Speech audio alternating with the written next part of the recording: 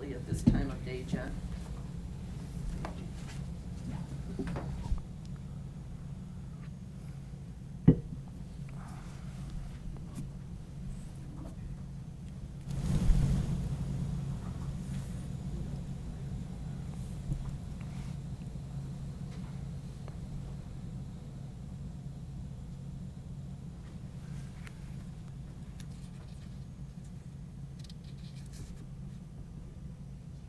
Yeah, for that buildings and grounds tour, I thought after we adjourn, we can all drive out there and look at that. That's 7B, or no, wait a minute, where are we at here? Yeah, 7B. Do the very last thing. Yeah, we can do it at the end when we're all done, and just wanted you guys, we'll just go out there and look at things, kind of survey the land and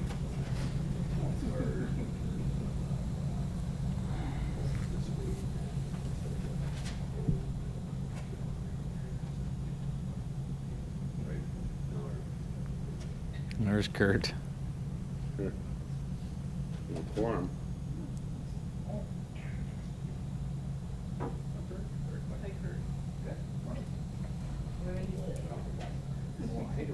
Wherever there's a chair, I guess.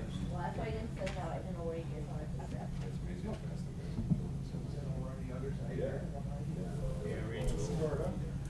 Morning.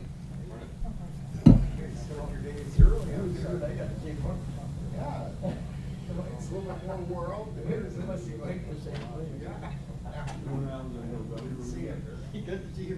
I sent them to you. Huh? Emailed them to you. Yeah, they're not on the computer. Oh, I'm in the court, Trumpealeau County. I don't send them to them until they're approved. I have a copy, do you want them? Yeah, I'd like to have one, I don't have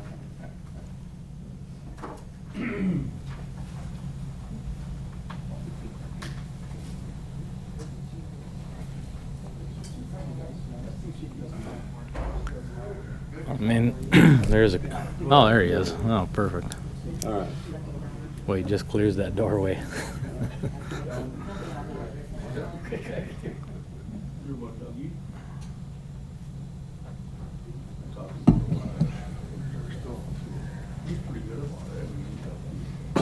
Well, it's 7:33. We'll call this meeting to order. We have a quorum. Certified public notice has been posted with proper posting and notification. Roll call, the only one missing is Doug Winters, who is currently having chemo treatments. Looking for an adoption of the whole big agenda is at 10 items. Horrible. Move to adopt. Motion to approve the agenda. But one change I'd like to make, we're gonna, after the reading of the minutes, we're gonna move up item 9A to beginning, so people don't have to stick around here all day for this ATV deal. So 9A will be moved up to right after item 5. Minutes from last meeting, have you, everybody read them over? Second on the agenda. I'll second. Motion made, second. All those in favor signify by saying aye. Aye. Minutes. Everybody read the minutes? Motion to approve. So moved. Second. Motion made, second to approve the minutes as written. All those in favor signify by saying aye. Aye. Okay, item 9A, ATV, UTV, county road usage, discussion and potential action. And I'm assuming that's why everybody's here, so we'll move it up to the beginning so people don't have to sit here all day. Would you like to start it out? Sure. So last time we discussed this topic was 2 months ago in October.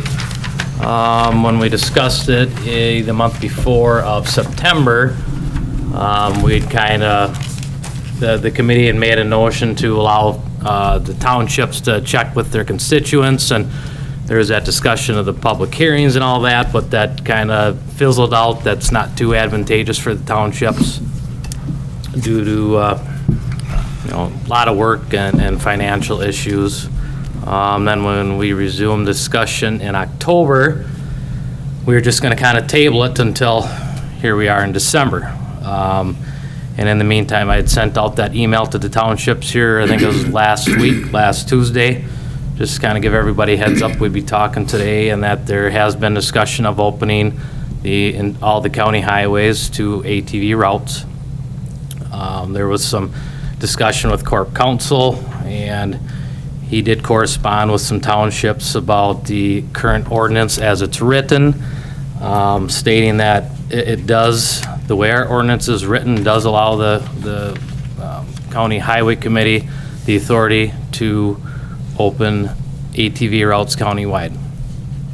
So I guess with that, we were gonna, with this being on the agenda today, there can be some discussion of the Highway Committee, and the Highway Committee has the option to take action or postpone another month or two or whatever you want to do. We do have some people in the audience, I'm sure, that are interested to say something today. Is there any discussion from the Highway Committee that you guys would like to talk about before we hear from the public? Mr. Regan, could I address the chairman? Yes.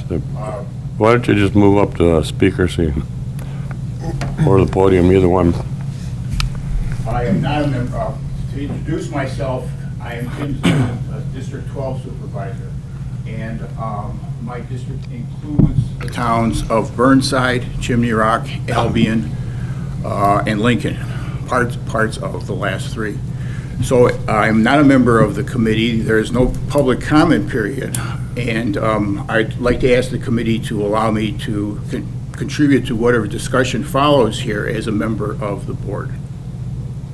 That's my request. Fine with me. Is there any problem with the committee? No, go ahead. No, I have nothing to say. I don't know what Okay. you're going to talk about, so. Well, we're just gonna talk about what are pros and cons of the ATV trail. Now, we've had some roads open. Has there been any problems with the roads that, No. there are no complaints? Anybody here from where roads are open? Yeah, Town of Northfield has Dewey Road is open, it says 5-mile-an-hour speed limit for four-wheelers, sometimes abided by, sometimes not. My only concern was when I do farming in that area and on that road, I have 50 acres I rent. A lot of times I come down the road with farm equipment combine or diggers and tractors. And sometimes they drive so fast around the corners and they're so windy that they don't see me, I don't see them. And all I see is wide-eyed people when they come around the corner hanging onto their four-wheelers. So in that instance, I haven't had pleasant experiences with the four-wheelers. I'm not opposed to this project that you're looking at, as long as it's maybe some designated roads so that I have an idea that people are there. And I can expect them. That's my only experience with it so far. any other comments? A lot of people here. Former board member, I'd like to hear from the former board member. Well, if we're ready, you said that asked about experience with roads open. Dave, why don't you come up here? Yeah. So, I do have some issues with how this is all presented. It doesn't appear to me that the application of all county roads, even though I won't disagree that it is legal, I don't know if it's morally correct. There, in our area, there is a lot of people that do not want this to happen. Some of my own experiences, as some of you know, I live right on the Buffalo-Trempealeau County line. Buffalo County opened all their county highways. We are seeing an increase in traffic on our town roads next to the county line because they're cutting across. So one of the questions I would have, if this is to be approved, will all town roads be signed as not for ATVs or not? That is at the discretion of the township. The county doesn't have involvement with the town roads. We don't have But will the jurisdiction. county help make sure that the users pay it and not a cost to the township? Dave, can I cut in here? Okay? I'd like to say something apropos to that point. I talked with, 2 months ago, before the quarterly town meeting, I talked with the Buffalo County Highway Commissioner. His name is Bob Platterer. And I've got a lot of information that I think would bear on our situation, since the Buffalo County enacted this ordinance sometime during the summer. At the time I had talked to him, I want to work entirely from memory, I talked to him on October 13th, and at that time, he told me that the ordinance had been in effect on October 6th. But anyway, in regards to the sign, they're already doing things. In terms of the signing, the Buffalo County, I'm not sure how they worked this out, but they worked out an agreement with a Mondovi club, the Mondovi Snowdrifters? Trail Riders, is what he told me. That club, speaking of signs, that club paid for and erected all the signs in Buffalo County. It took about a month. So at the time, and I live right on the Buffalo County line. I mean, I actually have to get home. I go from Trempealeau County into Buffalo County and then back into Trempealeau County. And I can tell you that on every town road, where every town road intersects with a county road, or where every town road intersects with the state highway, there is a sign that says no ATV traffic. And he told me that, how many signs did they put up? About 400 signs. That means the club paid for for the signs, paid for the posts, and put the posts in the ground for 400 signs. So that entire cost of signage was carried by the Trail Riders Club from Mondovi. So that's to your point about Okay. signage, but somebody's got to pay for it. Yeah, the difference in this case, this ordinance says the county highway department will put it up, rather than private individuals putting it up.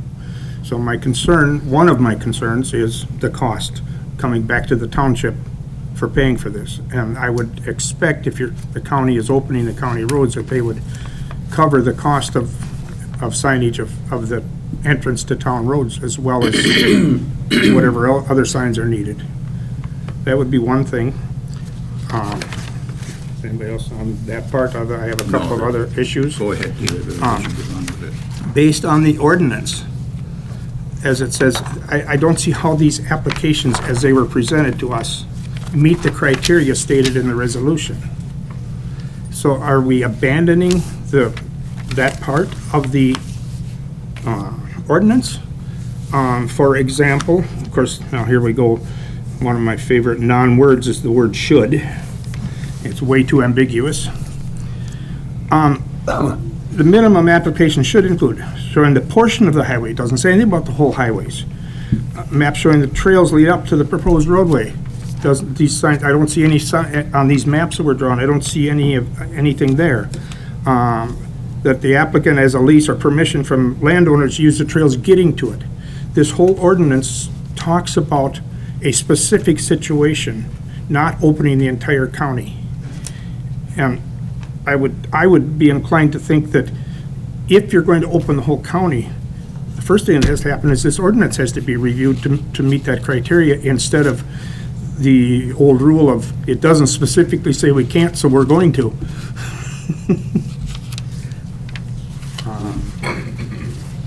I guess I'm kind of done with that part of it. Well, perfect timing on that. Rick just walked in. So could you just kind of repeat that last bit about, Got a spot for you up here, Rick.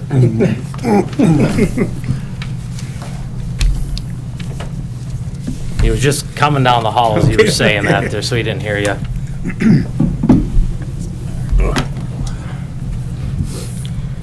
Okay, what I was alluding to was the permitting process, the procedure of the considering. Item 3B, on down to number 3, the application process should include. There's the map showing the portion of the highway. Okay, the maps do show that they've got all the county roads, so that part is met. The trails that lead up to the proposed, I don't see any of that on the application maps. That they have permission statement, applicant, something that they have used, permission to use it. statement as why the highway route is needed and efforts have been made to establish off-road. I don't see anything in these applications that allude to these things. So I'm questioning how the applications as presented, as we have them, maybe they've been updated and I don't know it. They don't meet the criteria in the ordinance.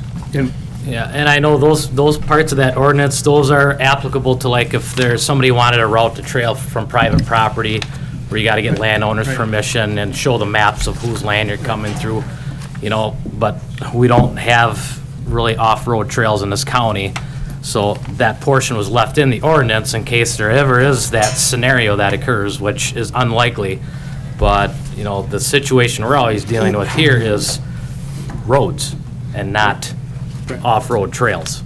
So it's just, that part was left in the ordinance because it was there early on for so that that, scenario. where am I missing the part that says that the county highway can open all roads up? Is that inherent in the job description or is there some place that it says that the county highway committee has authority to open all county roads to non-highway traffic? Can you answer that, Rick? I can. It's actually in state statute 23.33. Okay. And our ordinance does incorporate Chapter 23 into the ordinance itself. So what that means then is all the provisions in 23.33 are applicable. And I'm just pulling it up here. I believe it's subsection 8 does allow the county to designate all county highways or highways under its jurisdiction as ATV routes. Okay. Dave? Can I piggyback? What's that? Piggyback. Yep, go. All right. Dave and I are working independently. We did not call each other up before this. Not this time. To say, Dave, I didn't even know he was going to be here.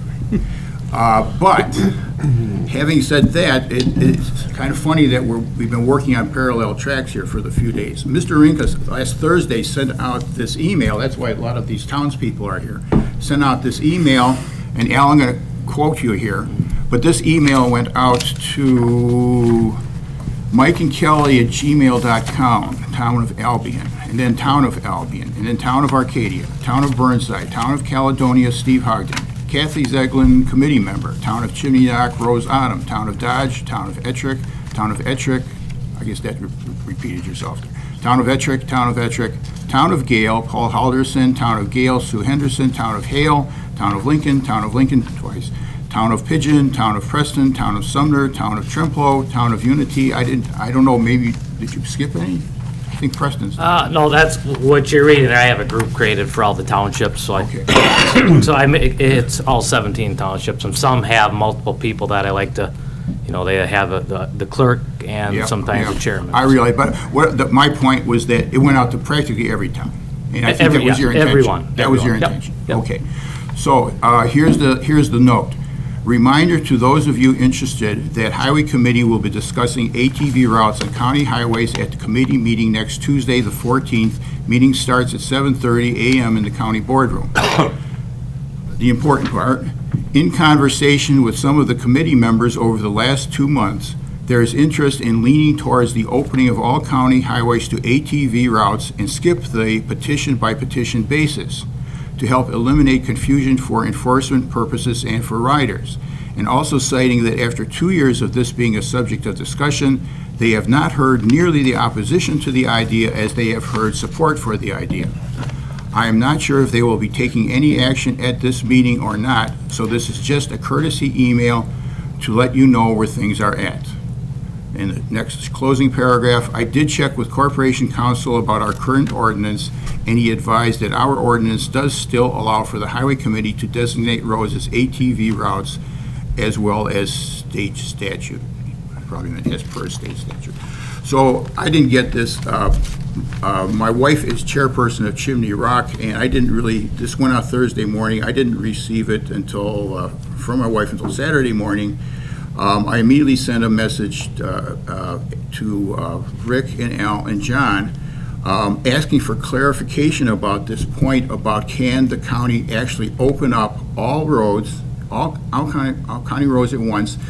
Can this committee open up all county roads to ATV traffic, since that is not what we've been talking about for the last 2 months. I think that's why there's some disconnect, there's some confusion here, because a lot of the townspeople are still under the impression that we're talking about the original petition, which was advanced in August, which named 6 towns: Sumner, Hale, Unity. Somebody help me with this. Wait a minute.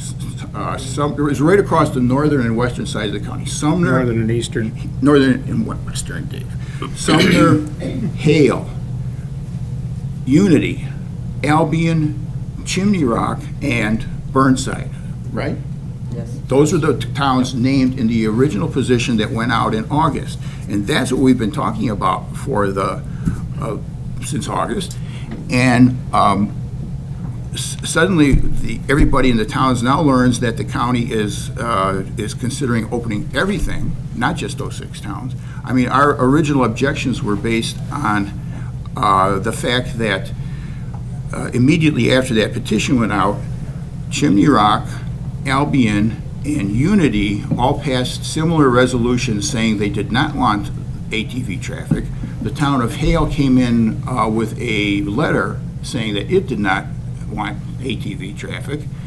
I think, again, I'm working from memory, I think Hale opened up some road to allow access to the Buffalo County Trail.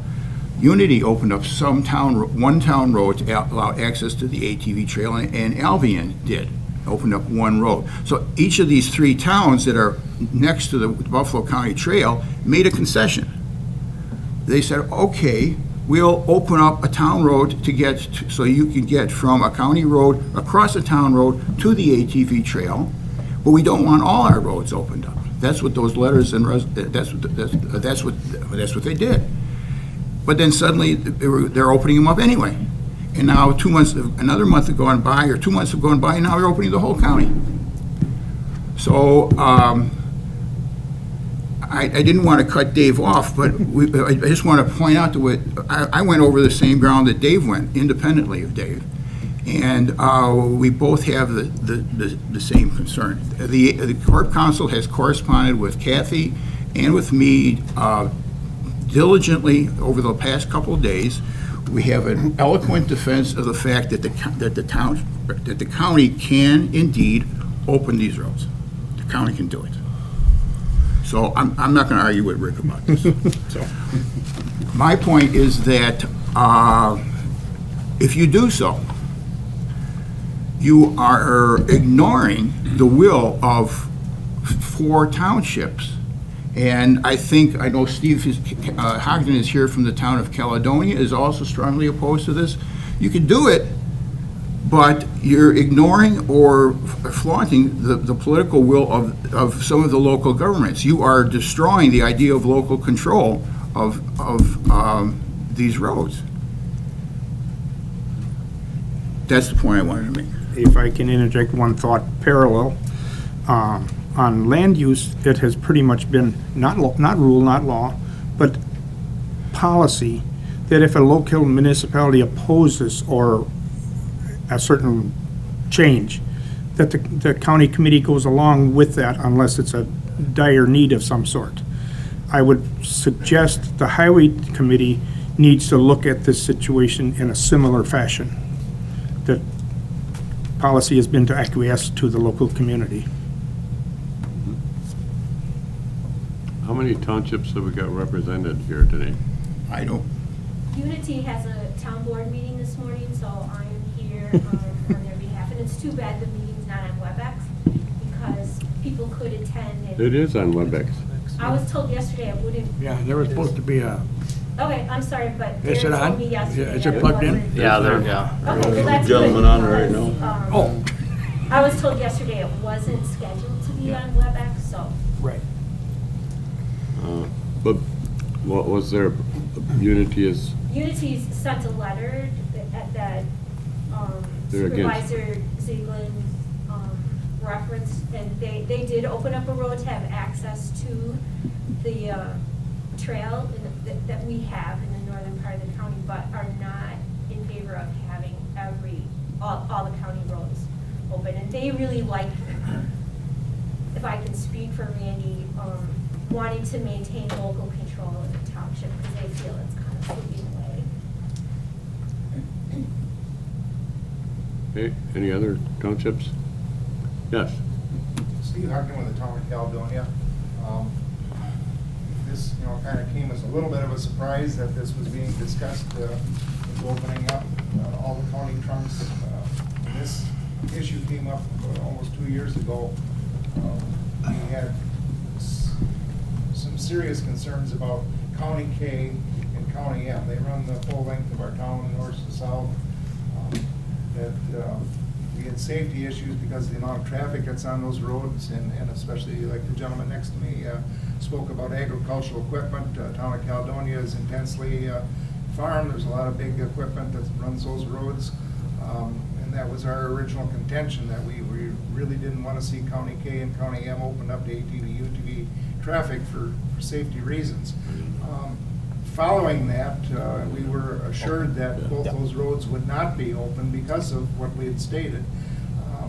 And a few months later, it was in the early winter, a year and a half ago, the posts went up and County K got opened up. And unbeknownst to the town of Caledonia, the town of Trempealeau had petitioned to have they have their town roads open, and they wanted County K open from the village of Trempealeau going into their town. Rather than just making 3/10 of County K open to ATV use, it was the county's option. They opened up all of County K. So the signs went up in Caledonia. The bulk of the road is in town of Caledonia, and the northern part of it is in town of Gale, which is also not open to ATV traffic. County K intersects with the state highway system at the intersection with the city of Galesville. The city of Galesville is not open to ATV use. So if we do have ATV traffic running north on K, they run into a state highway and they can't go anywhere. What's happened since then is that we have people that are using in a limited fashion County K, and they're spilling off onto our town roads. And this was our concern early on, that we would have traffic coming off, the ATV, UTV traffic coming off of the county highway, and then using our town roads for whatever reason. And there's where the problem starts. We have no enforcement. We depend on the county sheriff for these issues, these violations of traveling on our town roads.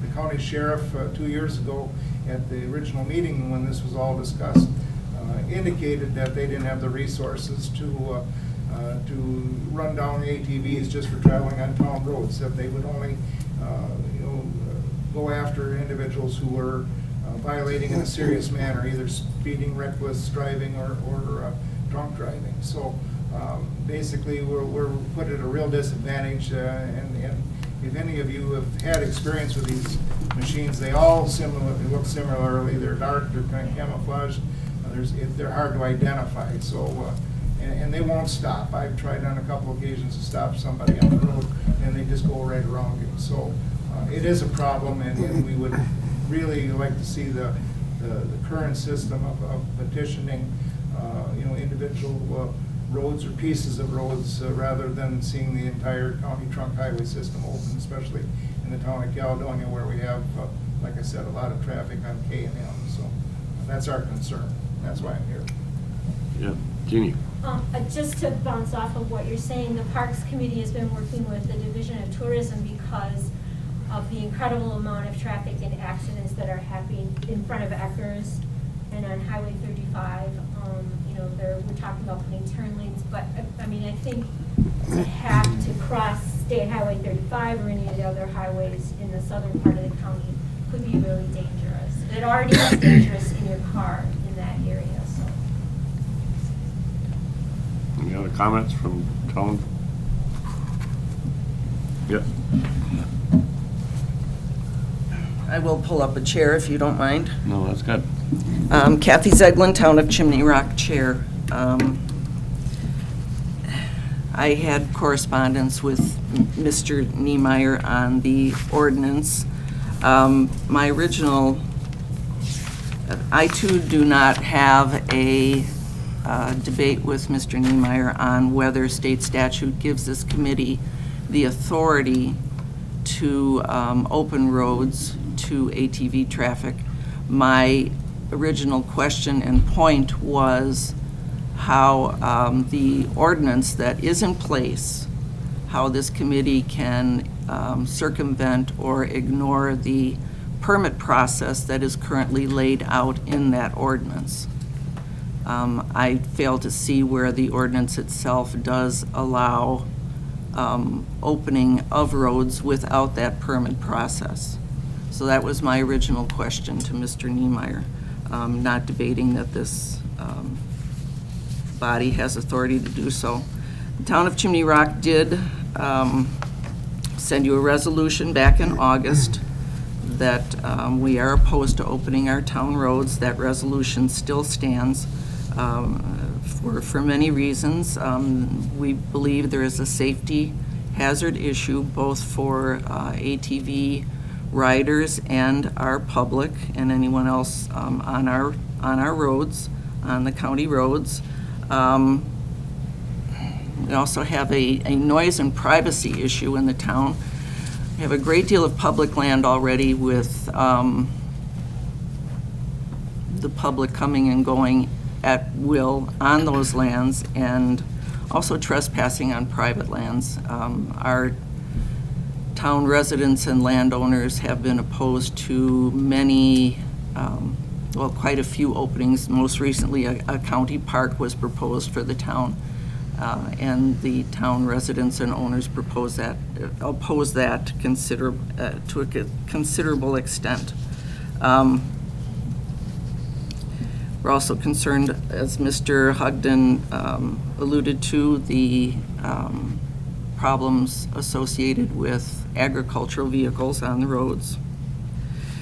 The petition, the original petition as it was presented,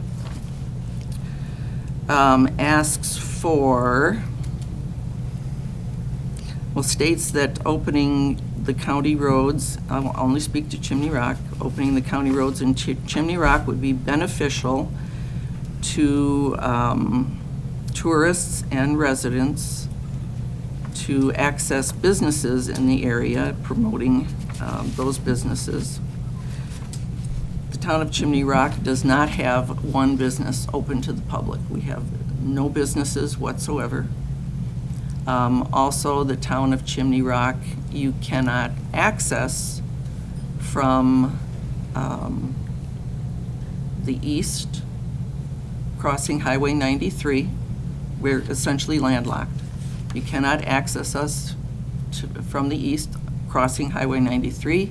You cannot access the town of Chimney Rock coming south from Burnside, crossing Highway 121.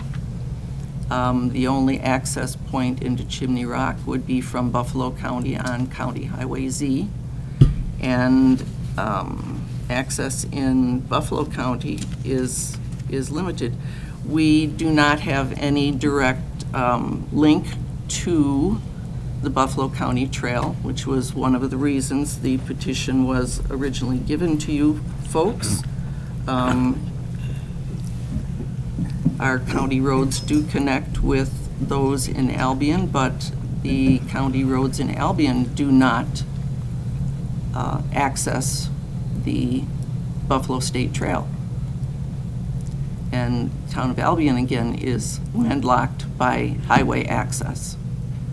The only way you can get to the Buffalo County Trail is from Chimney Rock, is if you go into Buffalo County and up onto their county roads, their County Road Double B. That is the only access. And anyone coming across from Osseo, or anyone using that trail, has to go down through Buffalo County. You can't get there from here. So we still strongly object to the opening of our county roads. And again, I do question the ability of this committee to circumvent the permit process as outlawed in the ordinance without an ordinance change. Okay. Thank you. City I Town do have, Albion's here. Do you have any comments that you wanted to make? Well, time you guys talked. Yeah. Go ahead. Can I talk from here? We're on live, so it'd be nice if you could talk to us on a speaker. just come up and grab any one of them You can take that one, Sherry. and push the button. While she's coming up, one more point. The ordinance places enforcement of this on any law enforcement official. The last time I heard, our sheriff said he did not have the time or manpower to enforce this. So if this were to be all opened up, I would certainly expect that the highway department or committee department would make some accommodation to monetarily for enforcement.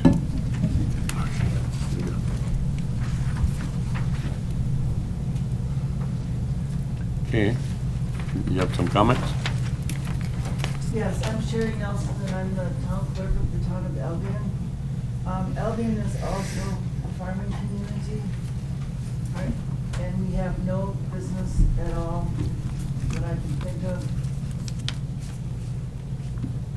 that would benefit from this. We also have big farm equipment everywhere. We are a rural community, and that equipment can be dangerous even with cars, let alone with four-wheelers or ATVs or UTVs, you know, barreling around it or whatever. So I would agree with everything said on that. And we also firmly believe in local control of what goes on around us. We have been opposed to this now since it first came up, which might have even been a couple of years ago. You have our resolution. We oppose this change, and when we passed this resolution, we had absolutely no opposition to its passage in our township. So the people in our township agree with it. You asked for our comments at the local level, and frankly, I feel like we're being ignored because we've been going over and over and over this more than just this meeting. And you do have our resolutions.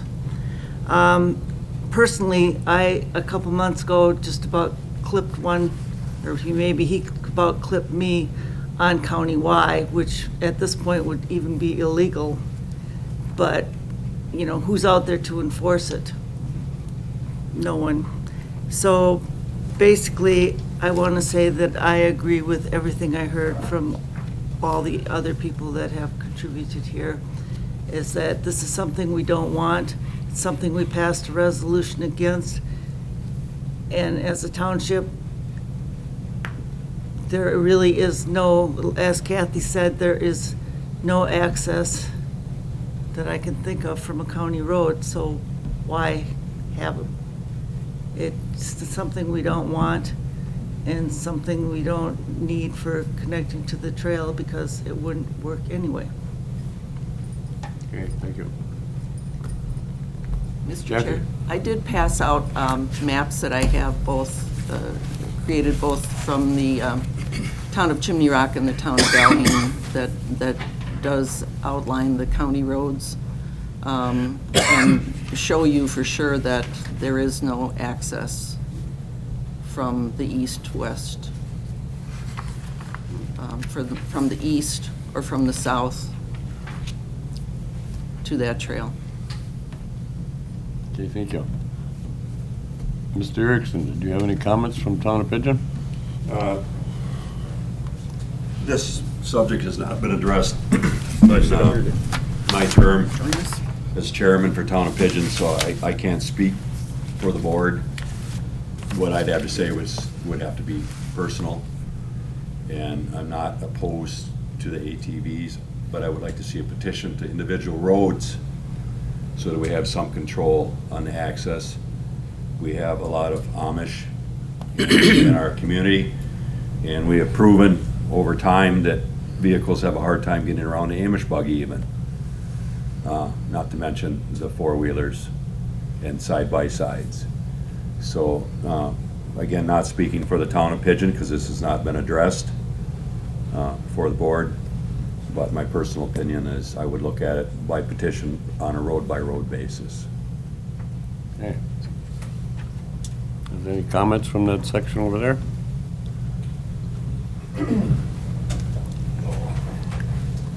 I basically came today just to answer any questions that anybody had. I've stated my facts and opinions over the last 3 or 4 meetings, so if anybody has any questions, I'm here to answer them. I know there are a lot of people that do want this. I've got 100 members in my ATV club that have asked me to do this. That's why we petitioned this to be open. With that, if anybody has any questions for me, please feel free to ask me. That's why I'm here. I do want to make a correction on what I said in the last meeting. No, Buffalo County does not have the entire county open. It is their county highway letters that are open. I misread their ordinance. So with that, yes, you were right on that. I misread the ordinance. So other than that, I really don't have much to say. Like I said, I've already given my thoughts and impressions. That's basically what I've got. There was a question earlier about signage. If the county opened up the roads, there wasn't that many signs that we had to put up because they were just basically entering the county, saying that all county roads are open. So you don't have to, we wouldn't have to, but that wouldn't help the townships. If they want to close their road, they'd have to put the closed sign.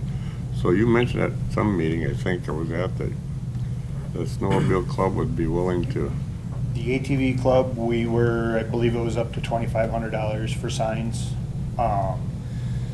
With that, the way certain signs are written, it is written, you can have signs custom made any way you want. The company that can do it, they can, all county lettered highways are open and you can put all the letters on it. Township roads and this, and you can put no. So there are signs that you can put up that do that. And like I Mr. said, State. we have an X amount of dollars. I mean, that Mr. we have set. Enforcement then, when the sheriff's department calls the town chairman and complains not only about the dogs and whatever else, who do we call then to say that we have received a complaint about a four-wheeler doing, I mean, we get everything from trout fishermen to dogs barking to I don't know. I fully understand that. I live right on the Buffalo Trail. I have a stop sign that a lot of people don't stop at a lot of the time. They'll slow down, but they don't stop. So believe me, I understand your frustrations with people not stopping, not being on the correct side of the road, speeding. I understand. I live on the Buffalo Trail. I understand what your concerns are. But at the same time, this is something that is growing, something is getting bigger. It's eventually going to come. So who do we call? The sheriff's department refers the calls to us. Correct. Do we call you then and say we had a complaint? Your first point of contact is the sheriff's department, obviously. And they just called us and said we have a complaint. Okay, when it comes to you, drop us a line, and if you have a description of it, we can usually figure out who it is. We had a couple of children, a couple of kids that were doing things wrong. We finally figured out who they were, talked to the parents. It has changed. So we do have a recourse someplace to go to. we can't if they write will them enforce it. tickets. We can't write tickets. We can't do anything like that. But once we figure out who it is, then we can go to the sheriff's department or we can go to the DNR and say, hey, we know for a fact it's this person. Thank You you. can do this for the whole county? Not for the entire county, no, I can't. I mean, if there are, I know there's not just our ATV club that is in Trempealeau County or part of Trempealeau County. There are other avenues that we can reach out to people to try to figure this out. And if you know it is coming through at 7 o'clock every morning or 3 o'clock in the afternoon, that they're going down this road all the time, more than likely it's somebody going to or from school or to or from work, to where you can kind of narrow it down to where we can get somebody there to figure out who it is. It's not just oh yeah, we called and it fell on deaf ears. There are people out there, we don't want to lose what we have. That's why we try to correct who are doing the things wrong. But just like everything else in the world, I can't stop drunk driving. I can't stop you from not wearing your seatbelt. I can't stop you from speeding. I can't stop somebody driving up your driveway because they're lost. Nobody can stop all of that ever, no matter what you do. But if we have legitimate information, and it's not Sally calling, Billy Bob's riding down the street again doing this. If it's a legitimate complaint, we can do something. But you're always gonna have somebody that is always doing something wrong. There's people that modify their trucks. There's people that modify their cars. There's nothing you can do to stop that, but we can try to control it. We can try to get things done the correct way. And that's why we're here. That's what we're trying to do. Okay. Any questions? Oh, Ms. I would just like to comment that it is extremely difficult to identify an ATV speeding past you. You cannot read their license sticker to get that information. And as far as describing it to someone, that is very difficult to do. Calling the sheriff's department to report it is our only recourse, but the sheriff's department is stretched thin, and by the time an officer would respond, that ATV is long gone. If indeed, as Mr. Rinka mentioned, you intend to just put a sign at the borders of the county saying all county roads are open, how is a tourist to know exactly what is a county road and what is a town road?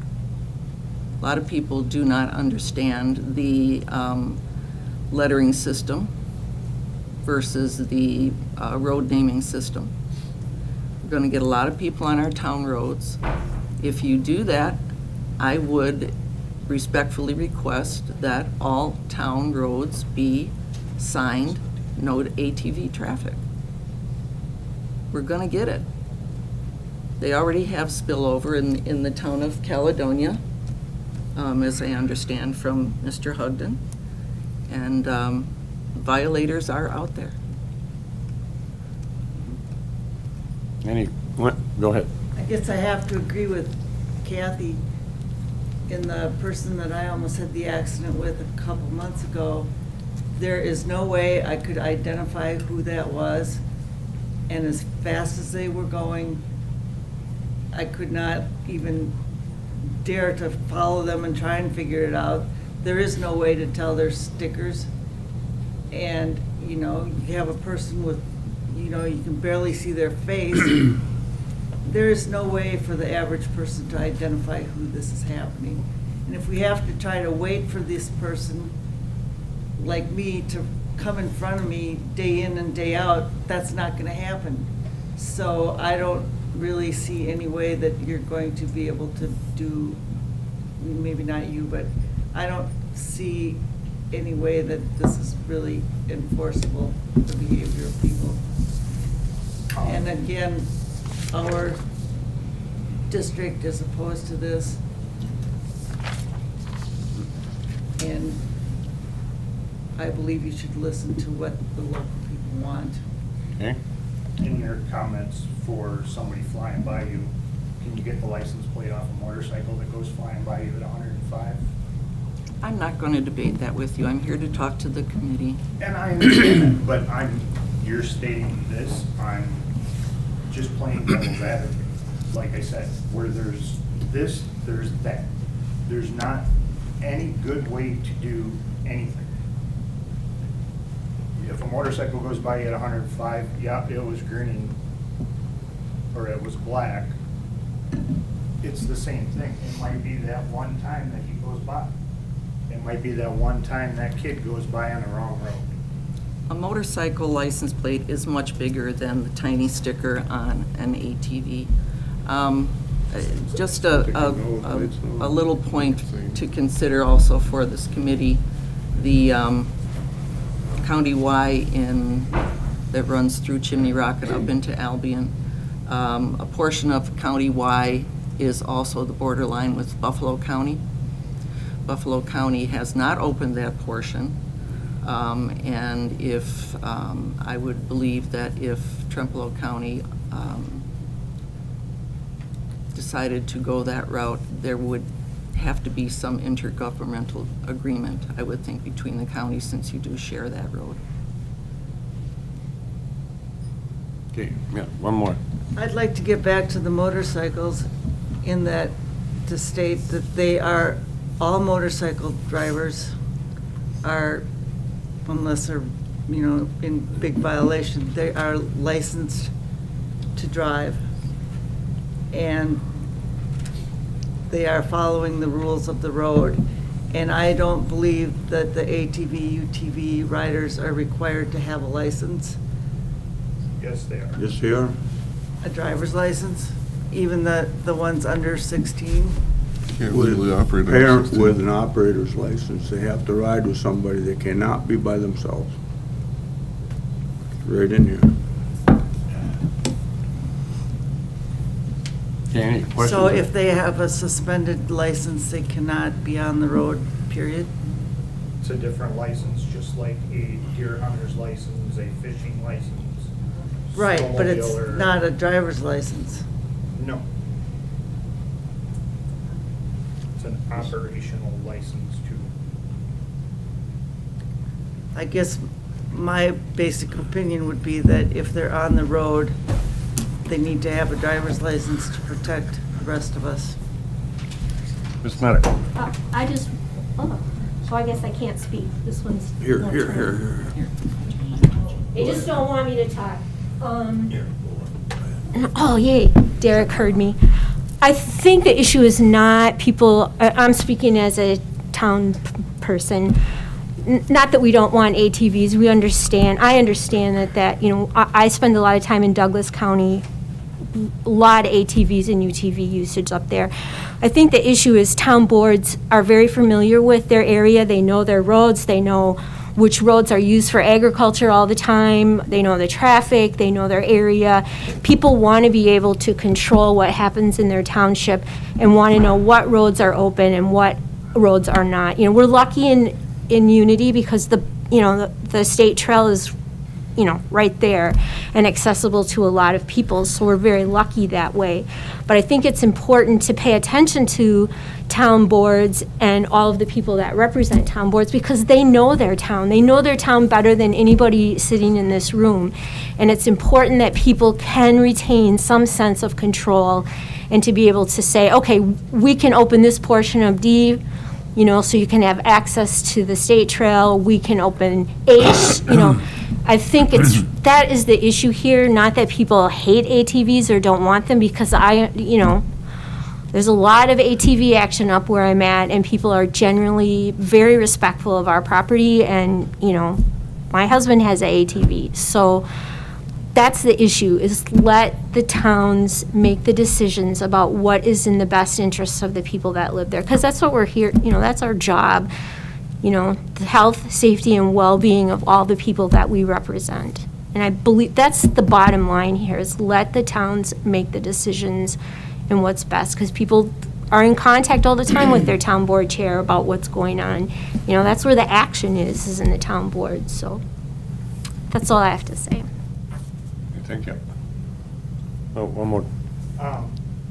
State ATV license plate on the back of an ATV is to be 7.5 inches long, 4 inches high.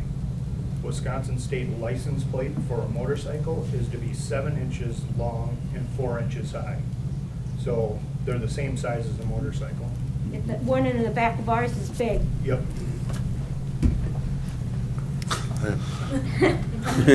Nobody can hear you out Sorry. in the cyber world if you're not at the mic. He just gave it to you.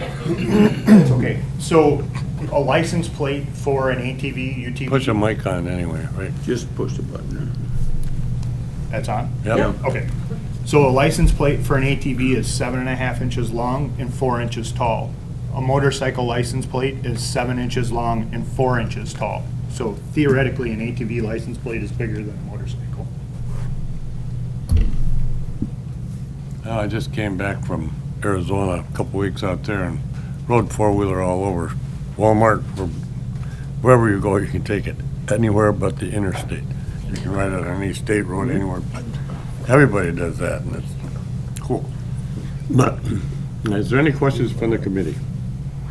I think we've talked about it long enough. Questions from the committee or comments?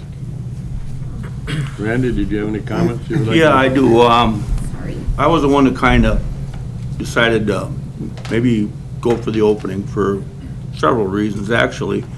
One is to simplify. I'm not cutting into the town's jurisdiction or anything like that, but if I'm a member of the sheriff's department and I end up out in Chimney Rock and, well, I can't do anything here.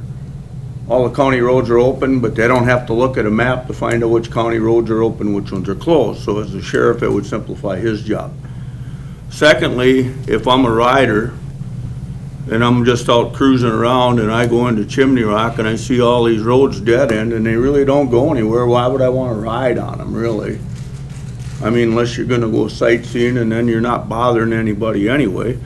I see a lot of mopeds, a lot of bicycles, a lot of Amish buggies, a lot of crotch rockets, everything else on these county roads, and nobody complains about them.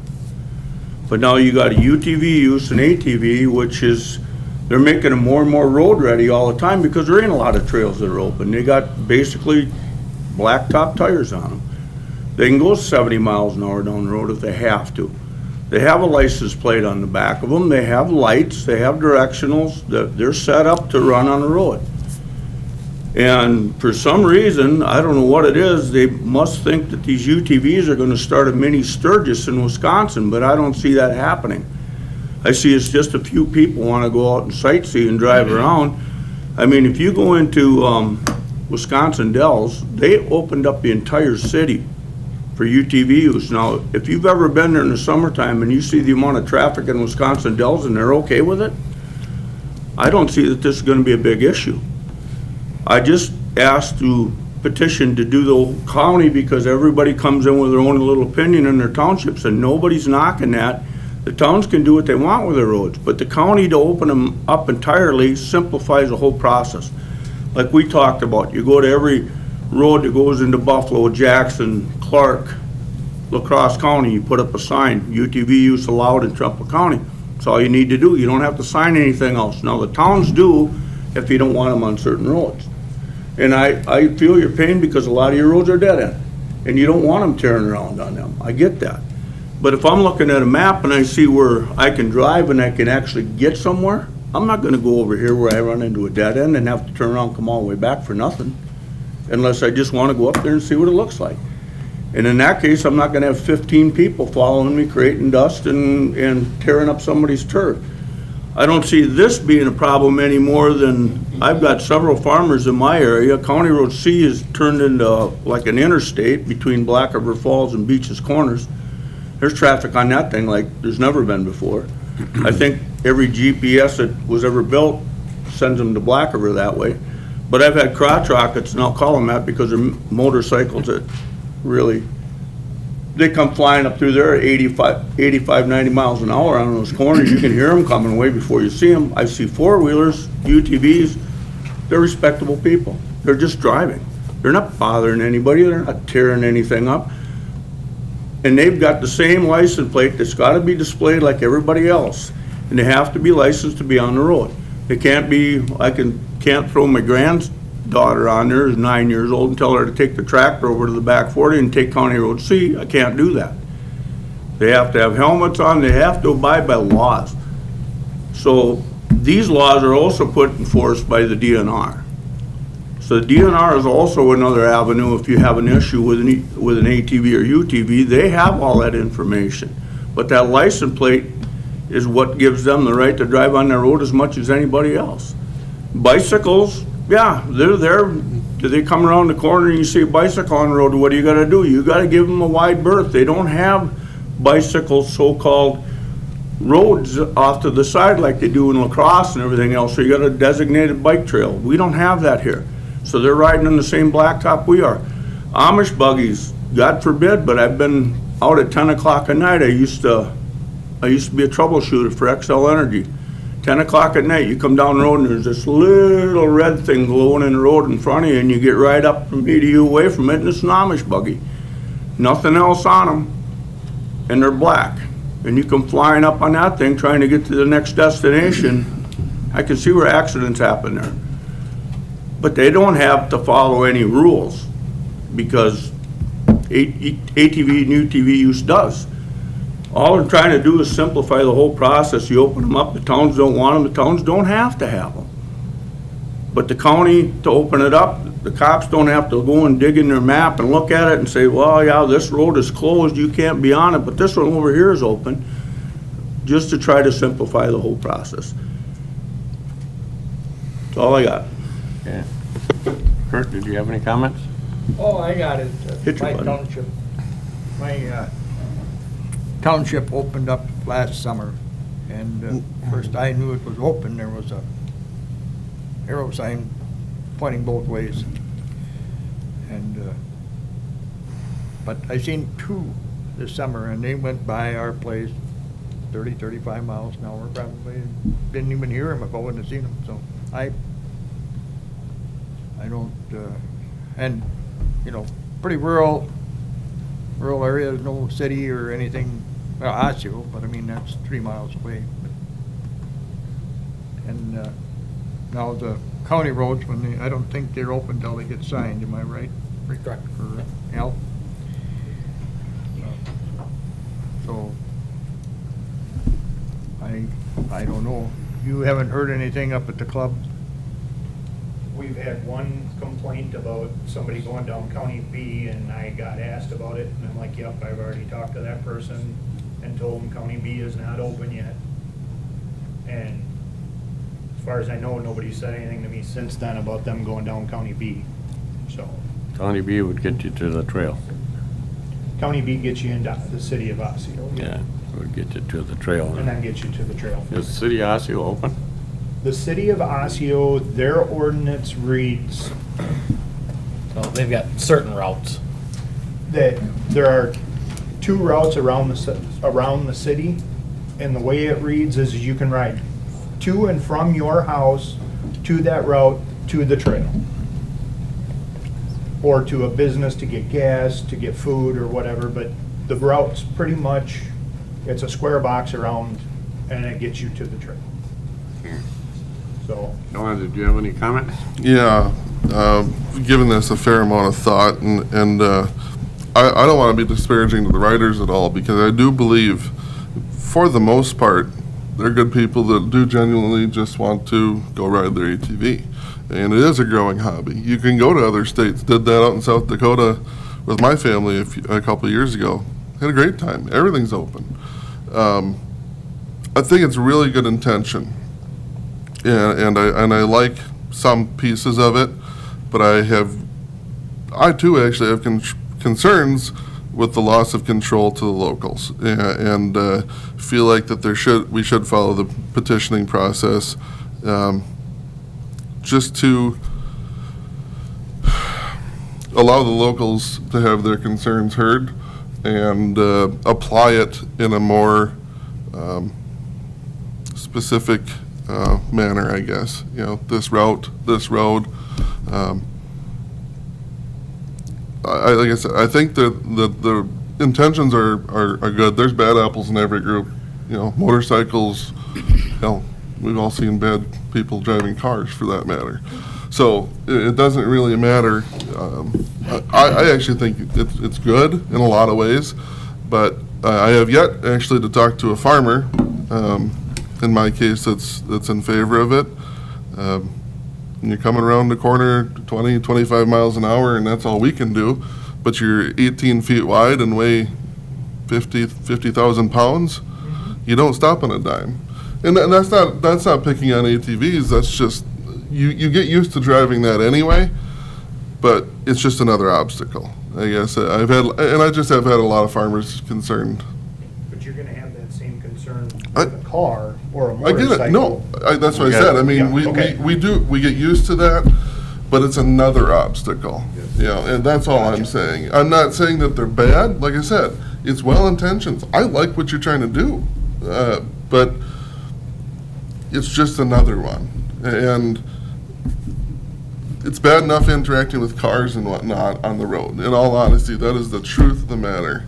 The amount of times you have to take ditch or something to avoid hurting someone, or when you're taking a left turn off of a highway and someone tries to pass you, slammed on the brakes, locked them up on my tractor this spring so I didn't get hurt. I was on an open station tractor. Fly around me, I turn left. I even hand signals because I was scared about it. I don't trust people, and I don't want more obstacles out there. I'm fine with the process, but I do have concerns, and I don't want to go wide open. I guess that's my opinion right now. Okay. I didn't even think about it, but we haven't even made a motion one way or the other. Basically, it was just a discussion, but if somebody would like to make a motion one way or the other, either table it or a motion to approve. Can I just make one more comment? Yes. I think that we've talked a lot about ATV, UTV trails on the Parks and Economic Tourism Committee, and this is something that we really need to look at, is how can we better develop and use some of our lands, because it's really it's an activity that is growing, and I think this is an issue that our Parks Tourism Committee really needs to address. And how can we, we work really hard on the snowmobile trails. We don't always get help from Mother Nature with snow, but I think this is something that needs further discussion and development within our committee, and how can we support ATV, UTV users, and how can we use our land, and how can the use of the land be respectful? Because I think that's a lot of issues that people have with, I just sent a picture to the Sheriff's Department of all the crap I picked up on my road after deer hunting, because it's so easy and I think that's a problem with landowners. They get so frustrated, and snowmobile trails go through private property, and we've had to struggle with some people wanting to withdraw from that because people are not respectful of the opportunity that's given them. But I'm on the Parks Committee, I'm totally open and willing, and we've talked about it a lot. How can we develop our ATV users and trails in this county? We're not like Jackson County that has a gazillion public forests and state parks and blah, blah, blah. We have one county park, and that's it. John? Yes. Did you finish, Jean? Yeah, I'm done. Okay. I want to be, because I sense that you're trying to wrap things up, and I understand that. I want to make a few points, too. First, I disagree strongly with Randy. It seems that Randy's point is we should open up the whole county because it makes it simpler for us. That's not a good reason. It may make it simpler for the highway department, or maybe makes it simpler for the sheriff's department, I'm not sure, but it sure makes it a lot more complicated for the towns, because every town that is opposed will have to sign its roads at that town's expense. So that's, I don't agree with that at all. And then and you're right that the whole discussion is kind of swirling in circles here, because we don't have a motion on the floor. We don't know what we're talking about, or there's nothing specific to address. So, but I'll make one suggestion or two. If the motion is to open up the whole county, I would strongly ask the committee if that's going to be the motion, the county send it to the full board. And I know Rick has already determined that, no, you don't have to do it. You four guys can open up the county. But if you think about, for example, the Second Amendment resolution that we just went through, the Law Enforcement Committee could have said yes or no, and that would have been it. That committee had the ability to do that. But the committee sent it on to the full board because it was such a divisive issue, it was such a contentious issue. The committee felt that the whole board needed to have some input, and every supervisor from every part of the county should have a vote. And I think it's the same with this. It's a divisive, it's a contentious issue, and if you're going to say, let's just open up the county, us four guys, you're ignoring a lot of you're ignoring 13 other board members. So that's my point with that. And if that's going to be the direction this committee takes, you should bring, if you're going to seriously consider opening the whole county, then get that before the board. No, you don't have to, but yes, you should. It's just like when the chairman nominates somebody for positions. The chairman doesn't have to ask the board for verification on that. The chairman has the power to do that.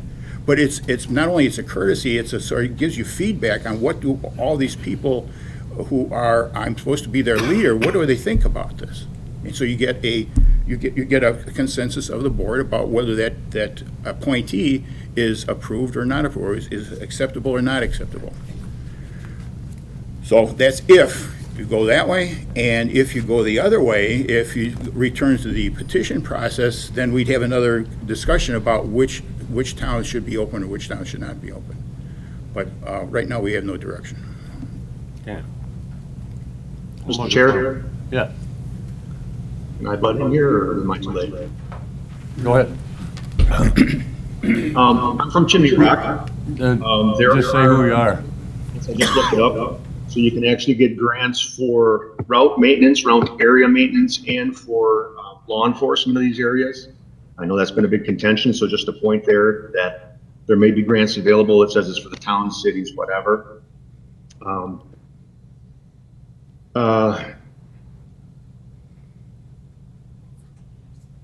I don't understand the concern of safety. I'm a farmer here. I have guys running to my place and away from my place. And I'd much rather be passing a UTV on the road than having to deal with a semi coming the other way. I get everybody seems to be thinking, or at least you're thinking in the worst scenario, that all ATV, UTV riders are doing Mach 3 around a corner. I think that's going to be a small percentage, and that small percentage will be taken care of either through law enforcement or from self-policing. Just as a point of my reference, I'm not a club member.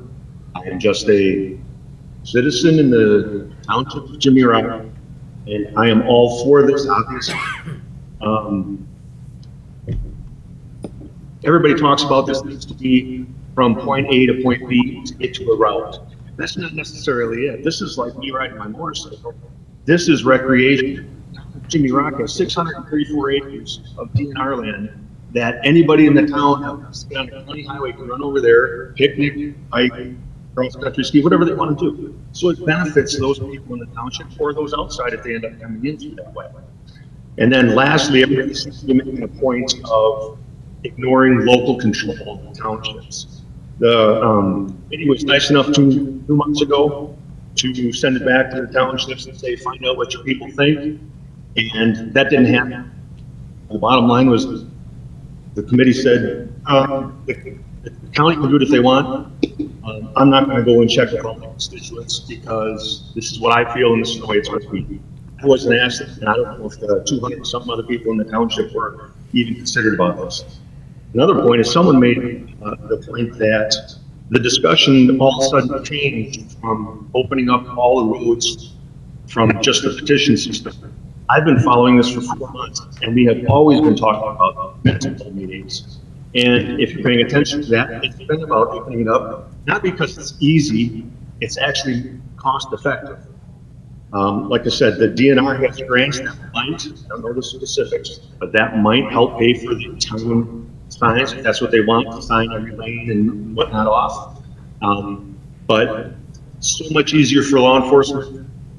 The board member declares that law enforcement's out there, we're on a county road, they know what they can do. If they're on the town road, they know they're not supposed to be there, that's the way the town's supposed to stay. So this is apparently well before me, it's been a long-term issue. I think that it has been run around in just the last half year that I've been following. It's been so long that there hasn't been any points made up for this dangerous activity. None of the townships that have changed to having this open have said, I've had this huge problem. I think that your committee should go ahead and act on this today and just pass it and move forward with it. Thank you for your time. Okay. I think we probably heard. Yeah, go ahead. To rebut Mr. Rembalski in his comments about DNR land, Town of Chimney Rock has close to 2,000 acres in DNR. We also have public lands open from Elk Rod and Gun and the associated conservation clubs of Trempealeau County. There has been no benefit to the residents and landowners in the town of Chimney Rock from having those lands open. There has been nothing but problems from a majority of people on the DNR land for the residents and landowners surrounding those lands. So Mr. Rembowski is wrong on that point. Again, to the petition process, the petition that this committee was given in regard to Chimney Rock refers to businesses. Again, we have no businesses. And again, we are landlocked from other areas of the county. And I do request that this committee stick to the permit process as outlined in the ordinance and honor the resolutions you have received from Albion, Chimney Rock, Unity, and the letter you received from the town of Hale. Thank you. Okay. I'm still looking for a motion, unless I have to make one myself.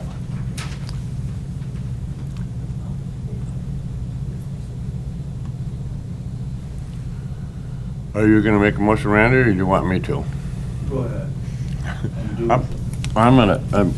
With the discussion today, and I respect the town's, used to be a town chairman myself, and I respect the town's opinion, but I still would like to see the county roads open up. But I'd like to make a motion that kind of agrees with part of what Mr. Ziegler said, and that would be to make a motion that this board can approve it with county board approval.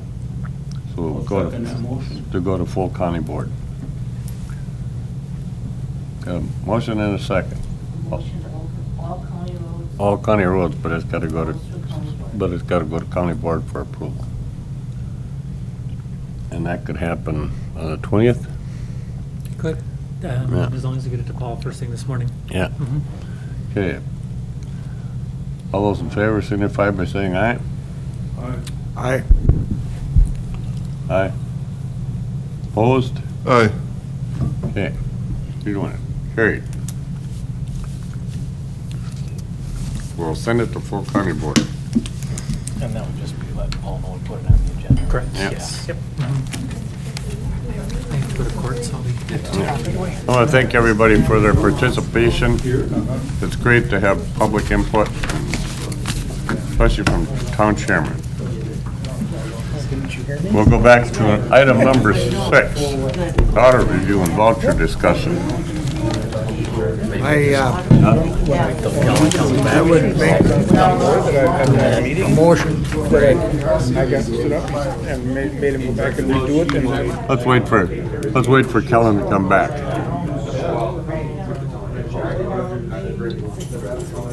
Could go smoke a cigarette, actually. It's gonna get noisy right now.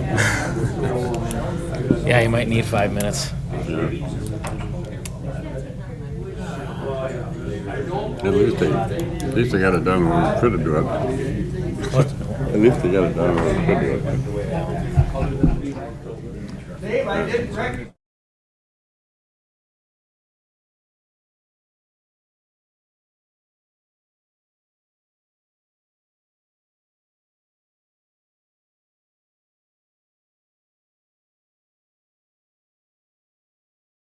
There's somebody running against me, Is there? Harlan Reinders.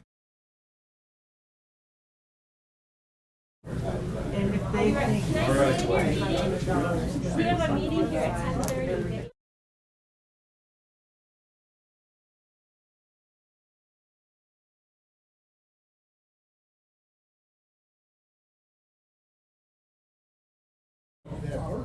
Thank you guys.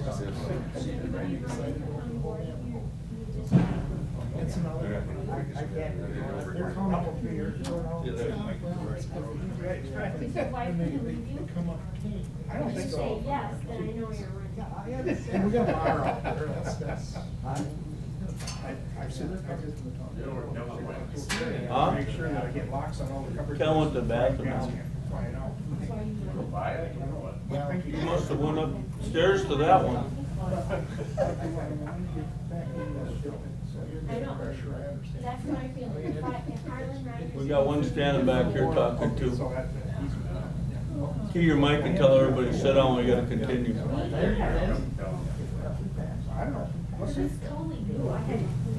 Okay, we'll call this meeting back into order here.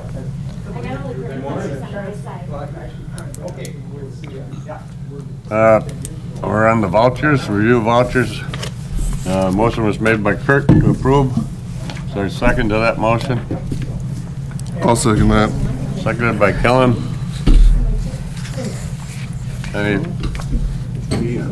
Any additions, corrections, or questions? That's gonna be totally. What's that? Any additions, corrections, or? Yes. Okay, all those in favor of the vouchers signify by saying aye. Aye. Opposed? Carried. Building and grounds, Whitehall Salt Shed Building discussion and potential action. Well, as the sand salt shed, we presented a price at the last meeting, and Kellen had some concerns with it. And I just wondered, have you come up with anything different? So I started some work on it, and full disclosure, in the last month, life's been a little hectic. I have the shed cost itself right around $70,000 for the building itself. I need to call Al's Concrete, get a cost on the bunker walls. The county was going to do the blacktop work, I assume. The blacktop, yes, that would be on us. Yep, so that wouldn't need to be included. Like I said, I need the cost on the 12-foot precast walls. And I put price of 65 by 130-foot building, which is actually a few square feet more than what, just by rounding the way buildings come. On our road tour, I showed Al and the rest of the committee a little smaller building on a 12-foot wall. It's only 42 wide, and it was Al's objective opinion that it would have no issue dumping even in that, and the 65 gets higher yet. So as far as height, I don't believe there's any issues. I need to get costs on the bunker walls, and I'll attempt to do that today or even this morning if we get a few minutes before we leave. What was the cost on the one that you had presented? It was 300 and... The grand total was $324,220. Yeah. Now, that's with this company, Structures Unlimited. They're also doing the site preparation also. Okay. We're doing the site asphalt, prep too. but they're doing site prep. So they're doing the site grading and that? Yes. Okay. Well, that's a cost that I don't do that. I mean, I could talk to Dave Erickson That would be or... if we can get the site grading, I mean, we could keep that out separate. Sure. We could do that. I mean, there's plenty of contractors do that type of work. That's not my forte, and I don't want to act as a general on it because then I'm going to charge you more. So I just as soon not do that. So it's in the works. I apologize for not getting a solid bid done by today, but like I said, it wasn't in the cards for me. Okay, so, I mean, just to clarify here, you want to present numbers, but you don't want to be the contractor of it, or? I'll present numbers, and I'll present numbers constructed. I don't want to be a general contractor. I don't want to manage the whole project. That will save the county money if I don't have to manage the whole project. Because then it becomes something that if you can find someone to do the site prep, great. I can work with Al's and we'll get the bunker wall set, and then we come in and we set, or you guys pave that, or whatever the order needs to be. It's irrelevant to me. Yeah, there really isn't project management for something like this. It's just site work, building. Right, so no, I have no issue building it. I've already talked to my brothers. Concrete work with it? No. I would be the walls. Just the walls, but Yeah. they're precast? They're precast. Yes. So there is no pouring or anything? No, there's no, do you know where the walls were coming from? Where they are coming from, Yeah, I believe they're a Wiser T-panel. okay. Well, they're good panels, there's nothing wrong with them. I also know they're more expensive than the L's, and the reason I've went with L's in the past for similar applications, Weezer, if you follow their specifications for this type of storage, grain, commodities, anything like this, it's more flowable than like silage. Obviously silage, Weezer requires they want cables between the panels to hold them together.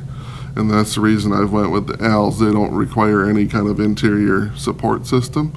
That being said, I'm sure the Weezers would be fine without it, but if you look at their engineering, that's what they require. And the ALs had no requirements for that, so. Where's this L's out of? Where are they The located? Crescent, The Crescent. they're right down the road, so. That's what I've used, that's what I'm quite sure Town of Albion, or Town of Lincoln's, that would be the same, more or less shelter, except that's a smaller size. Okay, I guess we can Table hold that off, for a month. postpone this, but I definitely would need you, Kellen, to get with me Yeah. and get the specifics, even the brand of structure you're Silver Stream offering. Shelters, you can go on their website and look, heck, the pricing's right on there if you wanna look at it. Okay, It's- yeah, if you could, please get with me Yeah, sometime. we want to make sure we got apples for apples Yeah, bids. no, I agree.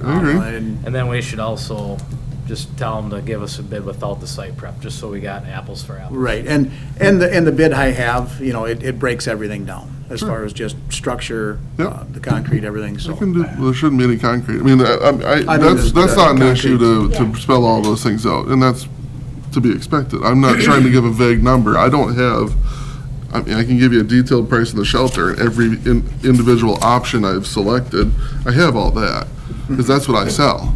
I don't sell precast walls, so I have not had a chance to call Al's yet, so. Okay.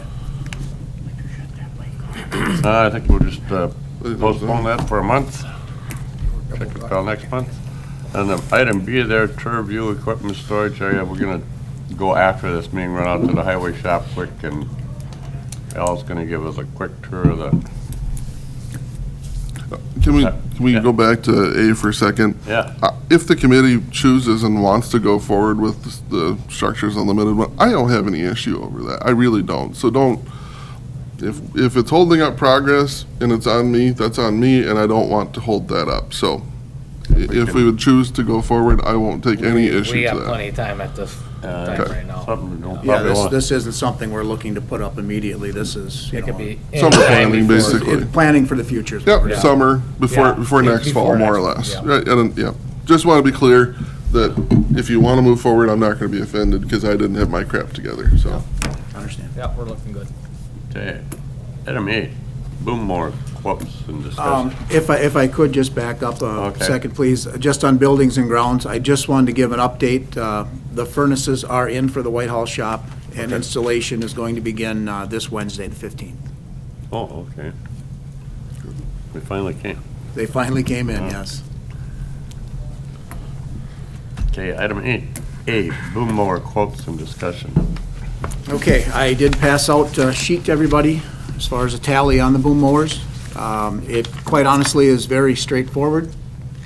Value Implement came in with a quote of $241,297, which is the lowest bid. The next one was Surway Implement, which Value, of course, bid a Case International tractor.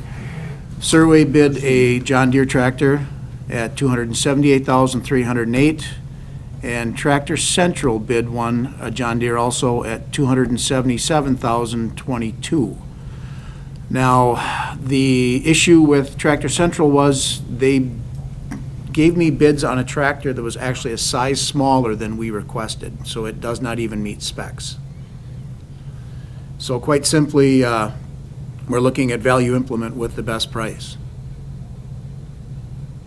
Is that the specs like for the pump or just the horsepower? Or It was overall horsepower, size. One of the big things, I know this boom mower doesn't run off PTO, but one of the specs given by the manufacturer, Tiger, for the boom mower is a PTO horsepower, and they requested at least 123 PTO horsepower, and Tractor Central's tractor, they bid the 6145, while it came in right at the limit of engine horsepower. The PTO horsepower at speed was 111, so it's undersized for what we need. That 30-foot boom on there, that's a lot of weight when you get that out, so your tractor is really. You need the right size tractor for We this. got, ours is up at the town, I know, I thought it was 20, or is it a little farther out than the old one? But that's on that Magnum, well, four-wheel drive case. And, I mean, that thing is loaded down with weight, like. Wasn't That's there right. But now you're gonna be that much worse, so. Yes, that's why we're going. What have they up got, the tractor huh? size. Huh? The tractor size went up. It's Well, not. yeah, but you gotta have a lot of, you're gonna have to have a lot of Counterweight. opposites. The counterweight on the other side is about 4,250 pounds of It is. counterweight. Yes. Yeah, well, that Yeah, might do believe it. it. And that, and that requires, then the tractor has to have radial tires to manage that weight load. And wear them out in a hurry. All Wasn't that there a weight on 'em. discussion last time we did something that, the John Deere had a bolt frame or something and the bolts would come? You know, Tom used to say they had so damn much maintenance with them. So that's why you went with the International, because it was a solid frame. John Deere had to, It was bolted so that over time. Was bolted to the engine block, I Yeah, believe. yeah. But these tractors here, the 6155, 6145 John Deere, they are a full frame. Okay. But so is the, So is the case, yeah, the Yeah. Maxim 150. that, okay.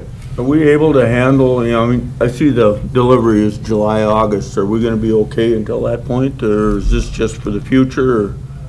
Yeah, we're gonna be fine. We have our two brush Okay, mowers. you're good then? Yes. Okay. So we'll be using all three, or we're gonna trade one in, or what's? We're looking at keeping all three because Okay. quite honestly, come this time of year and through the summer, those boom mowers are running mostly all the time. Okay. And it's been an issue trying to get a boom mower for all of our section guys out there. So this one's just gonna complement our fleet. You looking for a motion?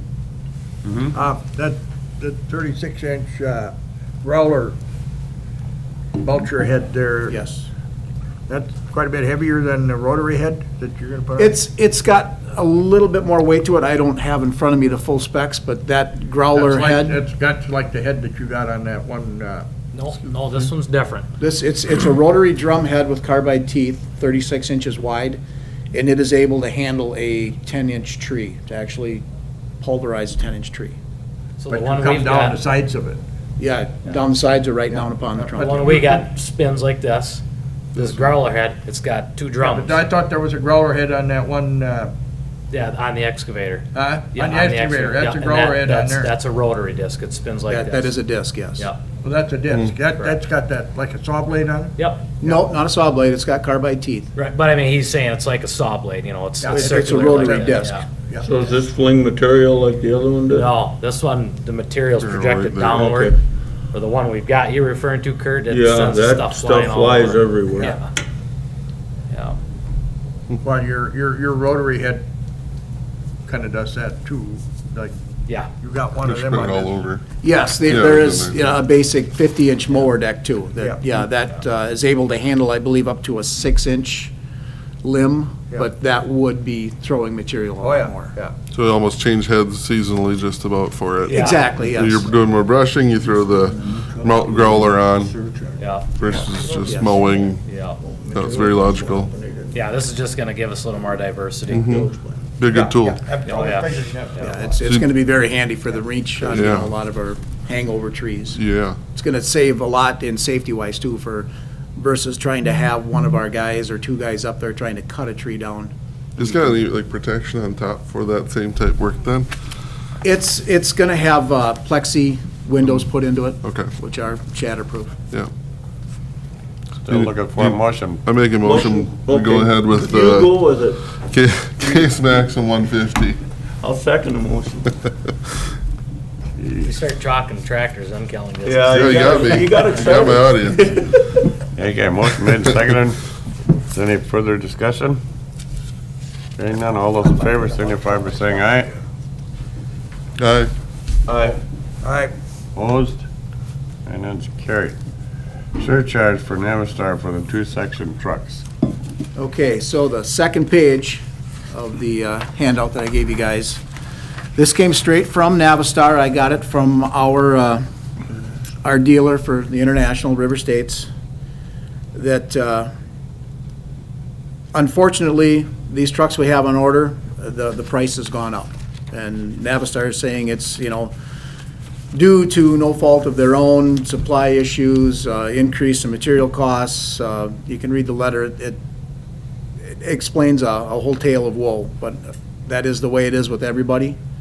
We have the option to cancel this order without any penalty, but what that does is set us back probably another 2.5 to 3 years on getting trucks, and we have no idea what that cost would be then. I don't think we have a choice in this. Is that for Unfortunately, two? no. Is that for two or is that? No, for- that's per truck, so we have 2 trucks, so $4,000 per Yeah. truck, total of 8. Yeah. Well, you can't, the price of everything is gonna go up. Yeah. So if you cancel the order, you're gonna pay more anyway. And again, like I said, the time frame, we could be looking at potentially 3 years before we'd see a section truck then. Yeah. Even with this price, it'll take forever for that to come back down anyway. You're right. Because they'll just find another demand for it somewhere else. So this is gonna be the future right here. Unfortunately, yeah, For a that's, long I time. hate to sound like a broken record, but the way the world is now, it's Yeah. it's unfortunate, but it's the way I it is. agree. Yep. Okay, motion. I'll make that motion that we have to pay the surcharge. Okay, motion made. I'll to second that. The service charge from Avistar for the 2-section trucks for a total of $8,000. All those in favor signify by saying aye. Aye. Opposed? Carried. Shoulder machine attachment update. Okay, we have purchased or have it on order through Universal Equipment, a grader mounted shoulder attachment. The price of that is $51,239.60. We should see that in May. Their delivery schedule, I believe, is a good schedule where we won't wind up with any surprises, where we'd see it later. May is kind of a definite date on that. This is the same attachment that Buffalo County has had for 10 years. Myself, our construction crew foreman, and our paving crew foreman all went over and saw Buffalo County's in process, and everyone was quite impressed with it. It seemed like a really good machine. They said in the 10 years of owning it, they've had very little issues with maintenance. Okay. Looking for a motion. So that's, I think that. yeah, we That's- talked about that. That's already motion. That's more of an That's already upgrade. been done, isn't it? Yep, that's Just an purchased and update. on order. Update, yeah, that's the one that. And then the other update I can give you is, we have purchased another wood chipper. We purchased a Morbark 1621X wood chipper for $82,000. That was from LF George out of Osseo. Like we had discussed before, I called John on this. It was a matter of, they had a unit, it was available, and it was everything we needed to basically cover our needs for a wood chipper. Now, this chipper, is that, one of these chippers gonna go behind that boom truck you got? Is that the plan? It has that possibility, yes. Yep. Because you have the box for the chip. Yes, so- we have the box, and the nice thing about this chipper is that the chute can be controlled from the ground by the operator. So we aren't just gonna throw up, like you see sometimes there's a huge pile on the side of the road where somebody's been chipping. We have the ability to spread as we're chipping, so we don't get ugly, unsightly piles. We're running 2 brushing crews all winter long, so yes, we have the ability now to run one of the chippers with that boom truck. Good. 9B, accounts receivable write-offs discussion. I guess that's me. Okay. I'm Diane, I'm the highway accountant, in case anyone doesn't know who I am.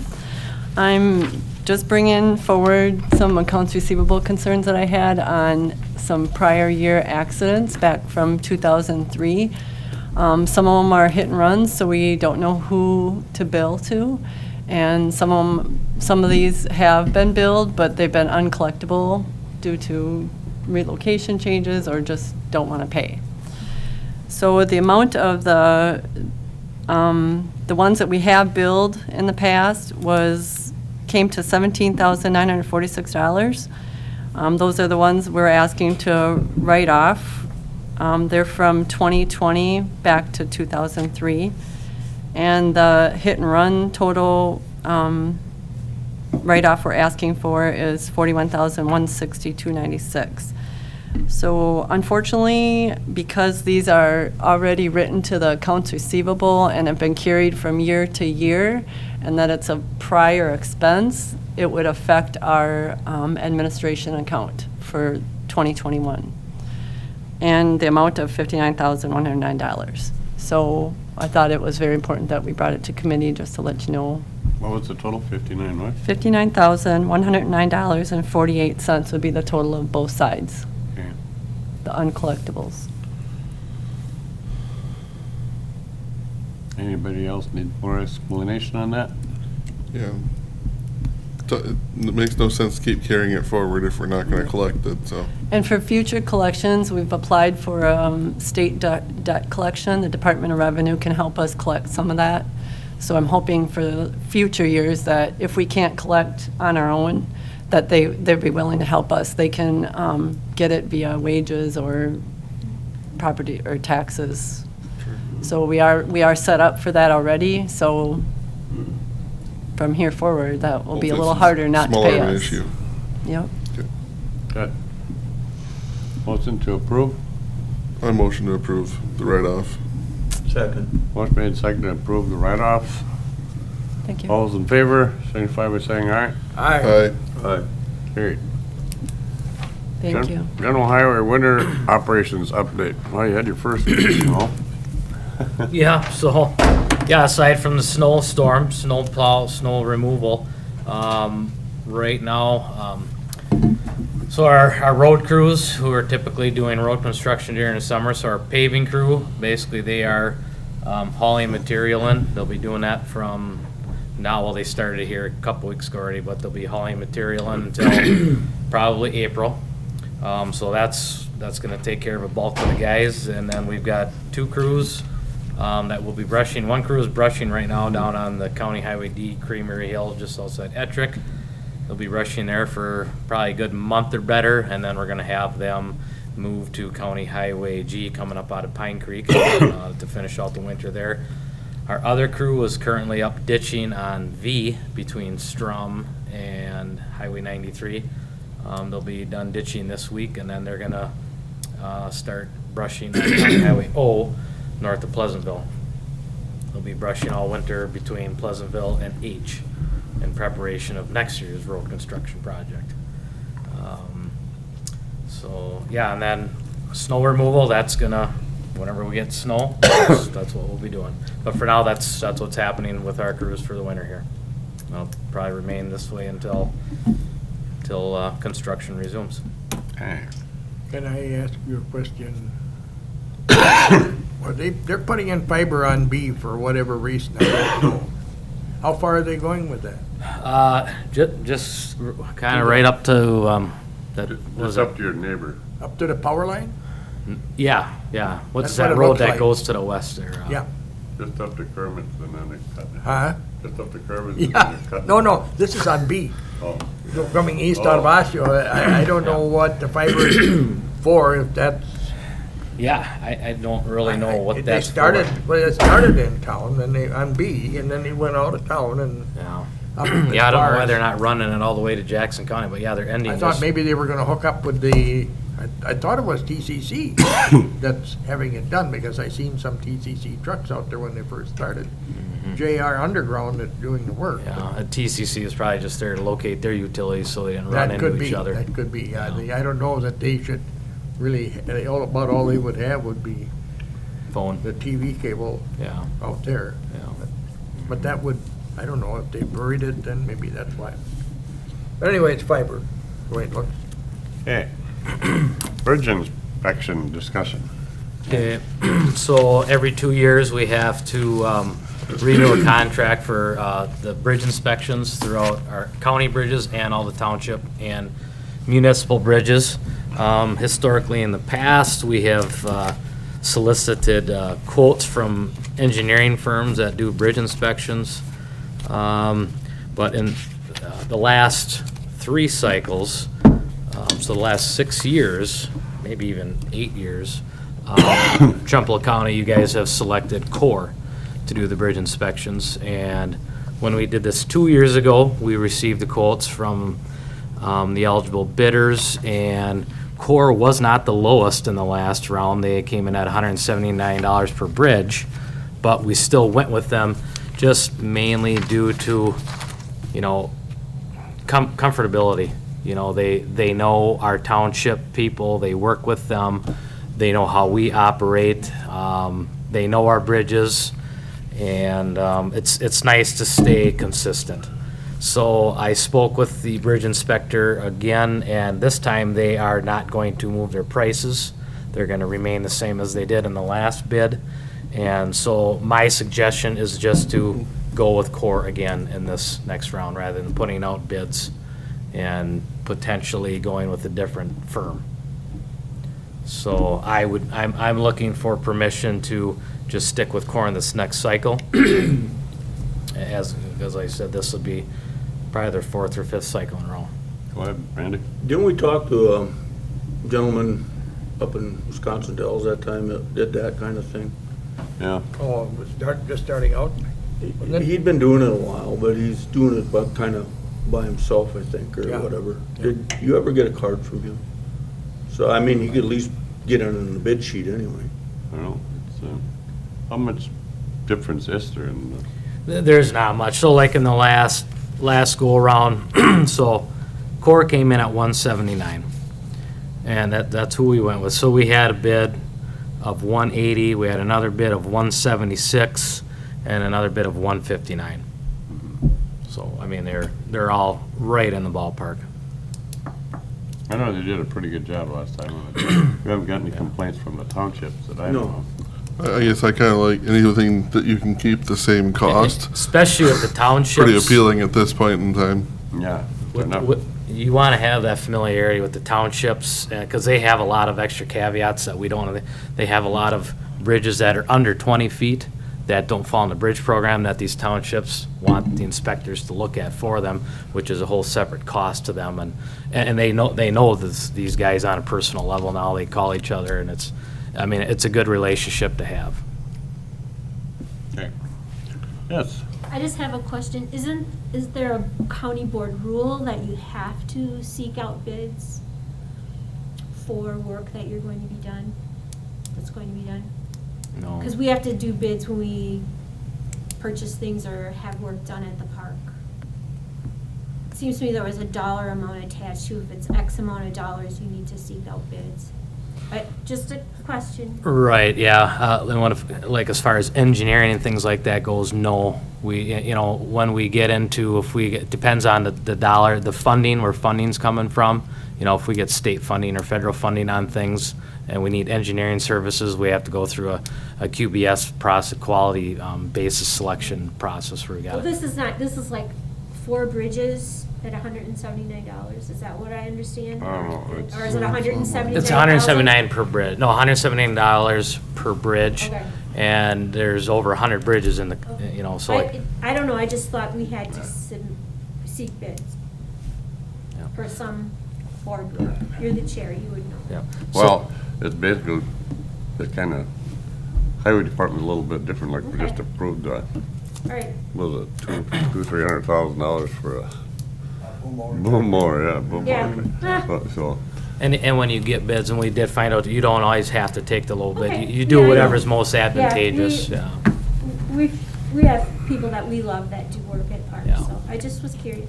we do the same thing with rock, we take it from the closest, Closest site. Most Best best Buy a logistics. lawnmower that throws rocks that hit a car window. Because that took us a long time to solve that problem. So anyway, Okay, I'll be quiet until the bridge next item. inspection. Somebody like a motion? Motion. Second. Motion to approve and second to approve the core bid for bridge inspection. All those in favor signify by saying aye. Aye. Opposed? It's carried. 10, Highway Handbook change. Holidays, no? Or no Veterans Day? You don't want no Veterans Day? Yeah, so this is just to get our highway handbook updated to match the county policy book when personnel bargaining to basically, so the courthouse has, I think, is it President's Day? Yeah, and they went away from having employees off and closing the courthouse on that day to leaving it open and taking that day and to be used as a floating personal holiday throughout the year. So that way the courthouse isn't being closed. So at Highway, we have the same thing, only that falls on Veterans Day for us. So for Highway, they just said that we don't have to close on Veterans Day, the employees don't have to stay home on Veterans Day. We are just going to give them 8 more hours to use in their floating holiday pool of hours. So this is just an update to the handbook. It always requires the blessing of the Highway Committee. And I need, approval and signatures, and then we redistribute to the employees. I just have another question. So you do have the same holidays that the county has? Okay. Yeah. Except for President's Day and Veterans Day. Yeah. We used to have to go with presidents and get veterans off. Yeah. But otherwise, everything is the same. Okay. Yeah. You're gonna be sorry I stayed here. That's good. It's fine, yeah. Okay, motion, looking for the motion. For the update on. So moved. Motion by Kellen. Seconded by Randy to update the Here it is. employee handbook. All those in favor signify by saying aye. Aye. Opposed? I'll be sending around Carried. the sheet for you guys to sign for that Welder policy. fabrication position update. John, you need to send out on the audit signature too. Oh, Oh, yeah. right. And then also I'm also gonna be passing around, Do I have guys, it? an updated Do I have it? resolution. The one that it was for adding a road to Coed a couple months ago. I had the wrong sheet, so we already proved it, and you Yeah, I do. signed the wrong I one. do. You just need to sign the right one, so that'll come around as well. Sign it. Yeah. It was a Coed road for the town of Caledonia.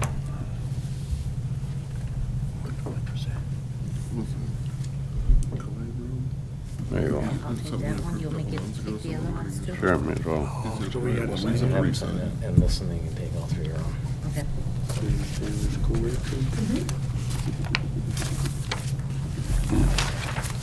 I forgot to sign my time sheet too. I have to do that.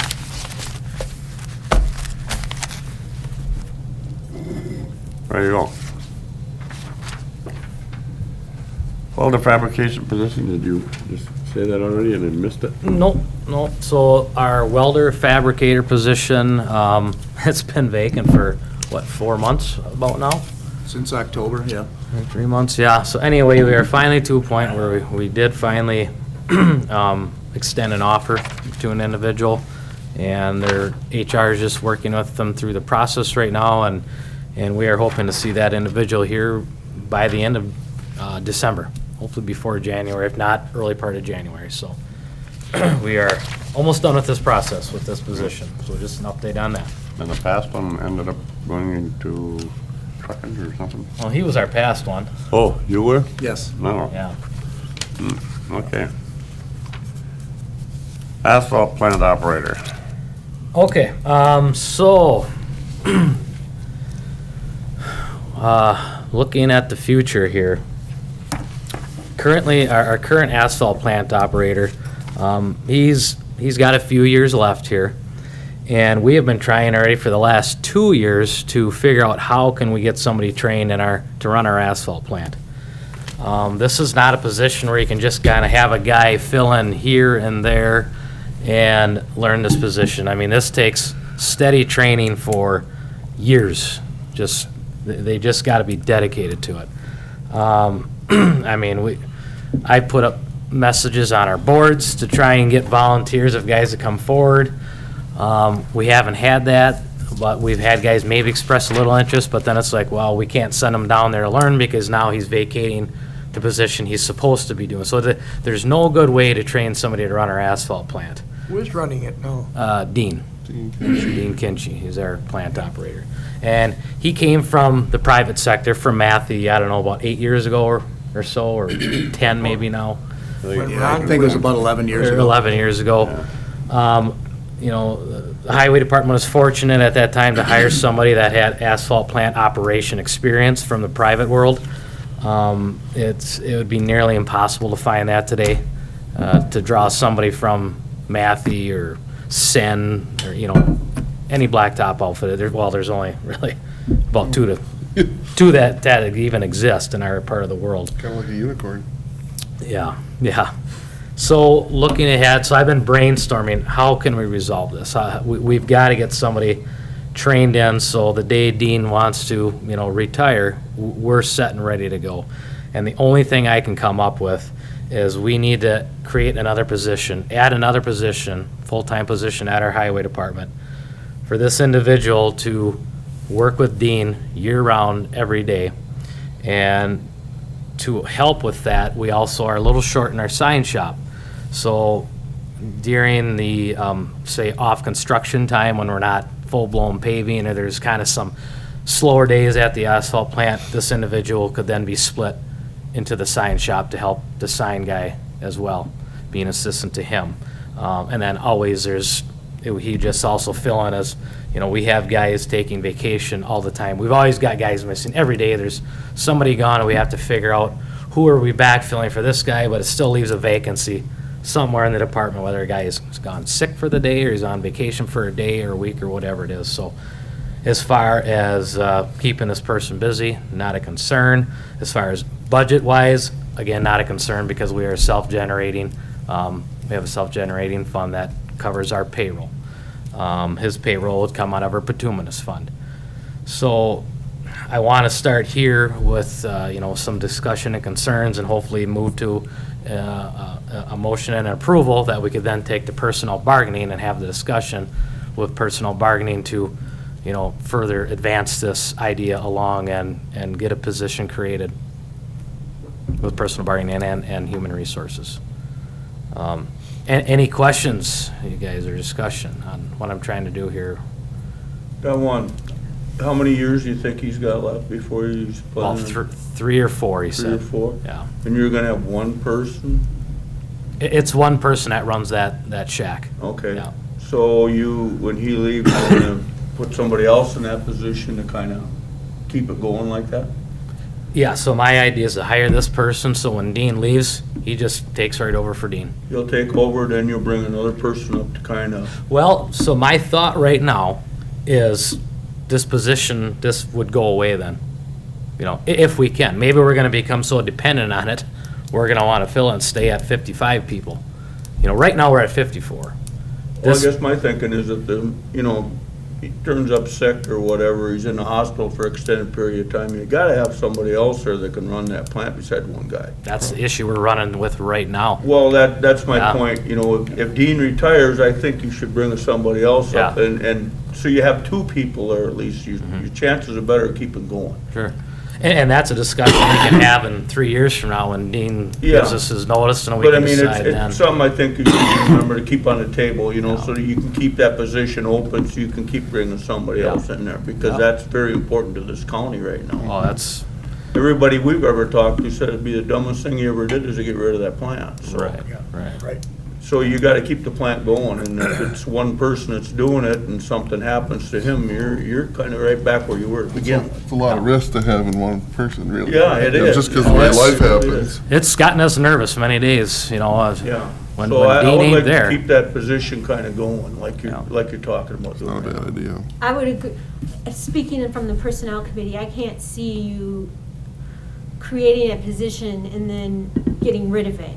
I mean, once you have a floater who will do the plant primarily, and then other things, those other things, you need be to hard make to it go away. permanent. Yeah. Not just have a 3-year LTE or whatever, Right, so. right, yeah, I agree. Just fill out that project Yep. form, Yep. and I would be against getting rid of that position in 3 years when Dean retires, because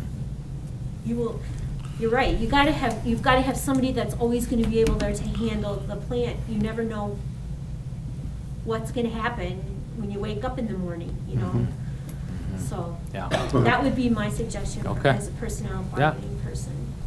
Okay. I don't think we got the motion yet, did we? Motion to approve. Make a motion. Second. Motion made by Randy, seconded by Kirk. All those in favor signify by saying aye. Aye. Opposed? Just don't bring it to the meeting this week. We've Yeah, got I'm like gonna a do it in 5-hour January. agenda. Yeah. That's not urgent yet. Thanks for the heads up. It's, yeah, I plan to be there all night, all day. It's not an urgent problem yet, but. January, I'll bring it up.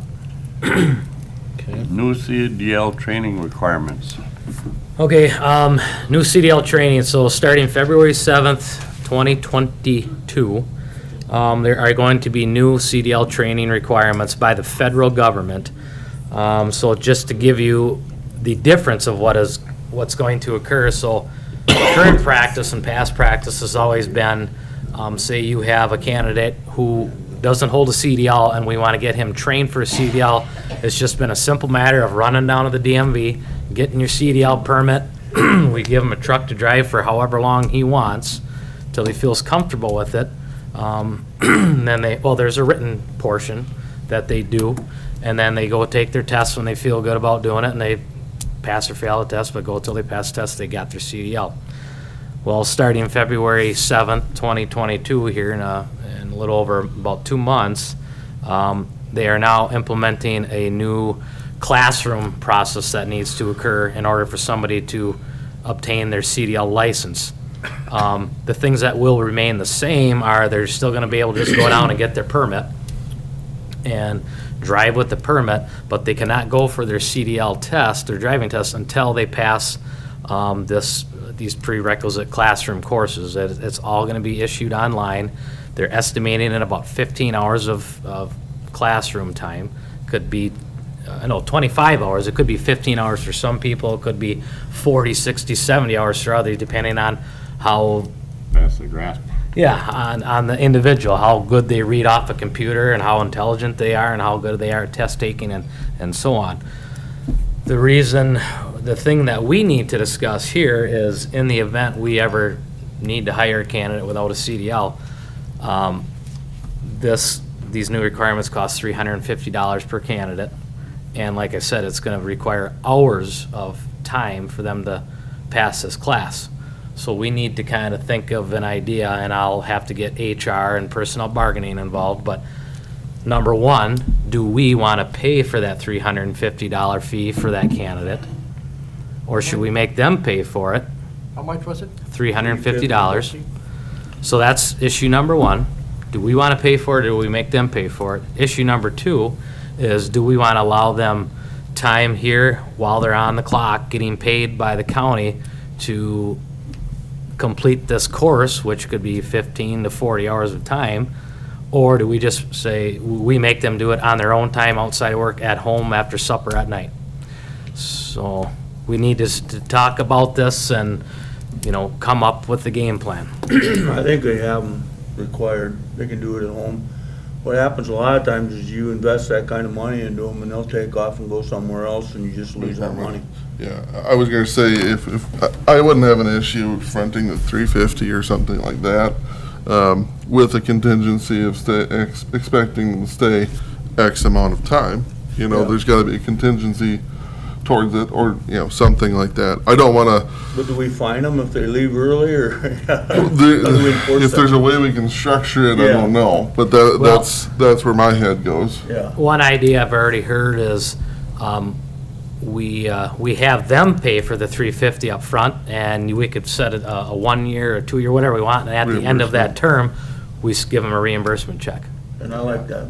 I guess one thing to consider too is generally the people that we wind up training for CDL, they're not gonna go out and get a trucking job. It's usually like one of our mechanics or one of our welders, the people that we hire for trucking, they've already got a CDL. So the chances of that person leaving us is pretty slim. I was thinking summer help, there's a lot of times you get these guys that come in, they're flaggers and stuff, and they want to get a full-time position. Well, they don't have a CDL, so we bring them in here and they get a CDL, and all of a sudden, say Post D decides you need another driver, pay more than the county, boom, gone, and you're out that money. So I guess that's the direction I'm thinking. We always have these part-time summer help that a lot of them end up working for the county. So do they acquire the CDL in their own time and pay for it, and we do the reimbursement part of it? I can go with that, but. Well, with that part-time summer help, I see what you're saying, but, generally our part-timers, either we hire flaggers or we hire somebody with a CDL already as a part-time Right, driver. right. And generally, if there's a hiring that's going to be a trucking job, when you get the candidates, I mean, without a CDL, that person's almost wiped out immediately. Yeah. Yeah, I guess I should just back up a little further, just, so most of the positions we require a CDL, even before we won't even interview them. Right. But there are certain positions here, it's mainly our shop personnel, where, mechanics. This guy is a great mechanic, we want him, but he doesn't possess a CDL, because it's not very common for mechanics just to hold a CDL. So that's really when it becomes applicable to where this could be an issue for us, a decision we'll have to make. But there always could be times where, well, we've had part-timers work for us in the summer, and the guys got to know him, and gosh, we really like this guy.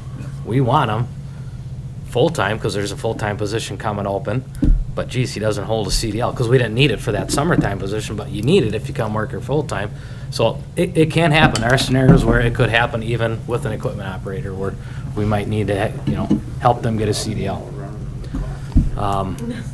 So we don't need a real true decision today, because we don't have this, we have no candidates right now that fall into this category, but at least think about it over the month, and it would be nice to get a little more direction, or maybe even some action next month of January. I will tell you this, we talked about it at our last district commissioner meeting last week, and it's the whole gamut. Some commissioners have already discussed this prior with their highway committees and personnel bargainings, and there's some counties that it is all upon this candidate to pay for the $350 fee and to do all their studying time outside of work, period.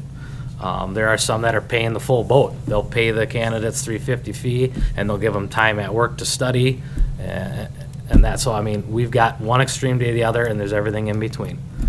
You see a lot of it nowadays, a sign-on bonus. You sign up, you get $1,000, but you don't get it usually the first week. You get it spread over time. Yeah. It's 6 months and then a year, or things of that nature, yeah. Everybody's doing it just to get people in. You just can't find help anymore. No. Yeah, so it's just, I wanted to get this out to you guys today, think about it. Next month I'll have it on the agenda, and, try and get a direction, and I'll chat with HR department on it as well, just get their input as well on this topic. Safety meeting coming up here. We always have furnished a meal, buy something for lunch. When is that gonna be? December 22nd. Yep. So we've got some MSHA training to. Yes, we've got MSHA training for site-specific, which I believe is going to be the Brager Pit, which is near Independence here. We'll have someone from, a representative from Gerke come in and do some site-specific training on that. And we are also going to have a person from a brushing company that has ran our type of boom truck before, that is going to give our guys a little impromptu training on the boom truck. And also, we're just going to run through a little demonstration on our new wood chipper, so everybody's on board with how to run that safely and properly. And when is that boom truck going to be demonstrated? December 22nd, 10 a.m. Okay. At the safety meeting. Okay. And you could probably get lunch there if you vote for it. I'm going to try to be there for that. Anyway, okay, motion to approve the meal for the safety meeting. Motion approved. Second. Motion made second. All those in favor signify by saying aye. Aye. Last item on the agenda, item 11, adjournment. The location is going to be where for our next meeting? January 10th. Highway Department. I think you still need to be here so they're televised. Just my little humble opinion. We can do it one Because more so time. many people, I get a lot of feedback from people in my world where I live. They love being able to participate, even if it's only watching the meetings, because they feel more connected. Someday it's gonna change, though, Well, I don't know. I kind of agree with you there too, but, there's no reason they shouldn't be able to move this stuff out to the highway office too. Well, 'cause we could, but I mean, we just. occasionally, he's got to run over to the shop, or he's got to run in his office and get something. It does present logistical problems for us, and we've got a beautiful conference room. You've seen it, you've been out there, and it's. Well, if you can get, because we just hired 2 more people in the highway department, I mean, you see 'em- media. I see 'em, to facilitate. I was at a ball game the other night, there was all three of them, there, plus an announcer, another announcer, three people from this station and an announcer at a ball game, so I mean, it isn't that they can't get around, they can go anywhere and do it if they have to. Yeah. At least tape it. Are you adjourning, or are we going out? Well, we're gonna adjourn, but I was gonna, it's the question here is what location, do we wanna have it here, or do we wanna have it out at the shop? Do we wanna do it one more time here on the 10th? I guess I would say, let's do it here one more time, and then can we begin working on, if they'd like it televised, can we work with Derek in the studio to see if it's Derek, we know you're listening, so here's our ask of you right now. Okay, then, and then the other thing is that we're gonna go back out to the shop anyway. Here's some, see, we're going out to the shop to view the storage area. We're going out there now anyway, and if we were at the shop already, it would be no problem. Now we're gonna take another. Now you just get to drive in the beautiful morning. Oh, yeah. But no mileage for it, because we already turned in our per diem sheet. I'm ready to adjourn, but, and we'll have the meeting here one more time on the 10th? That's what I think. Okay. Hey, John? Yeah. Did you listen to that meeting yesterday with Andy? Yeah. And wasn't, I got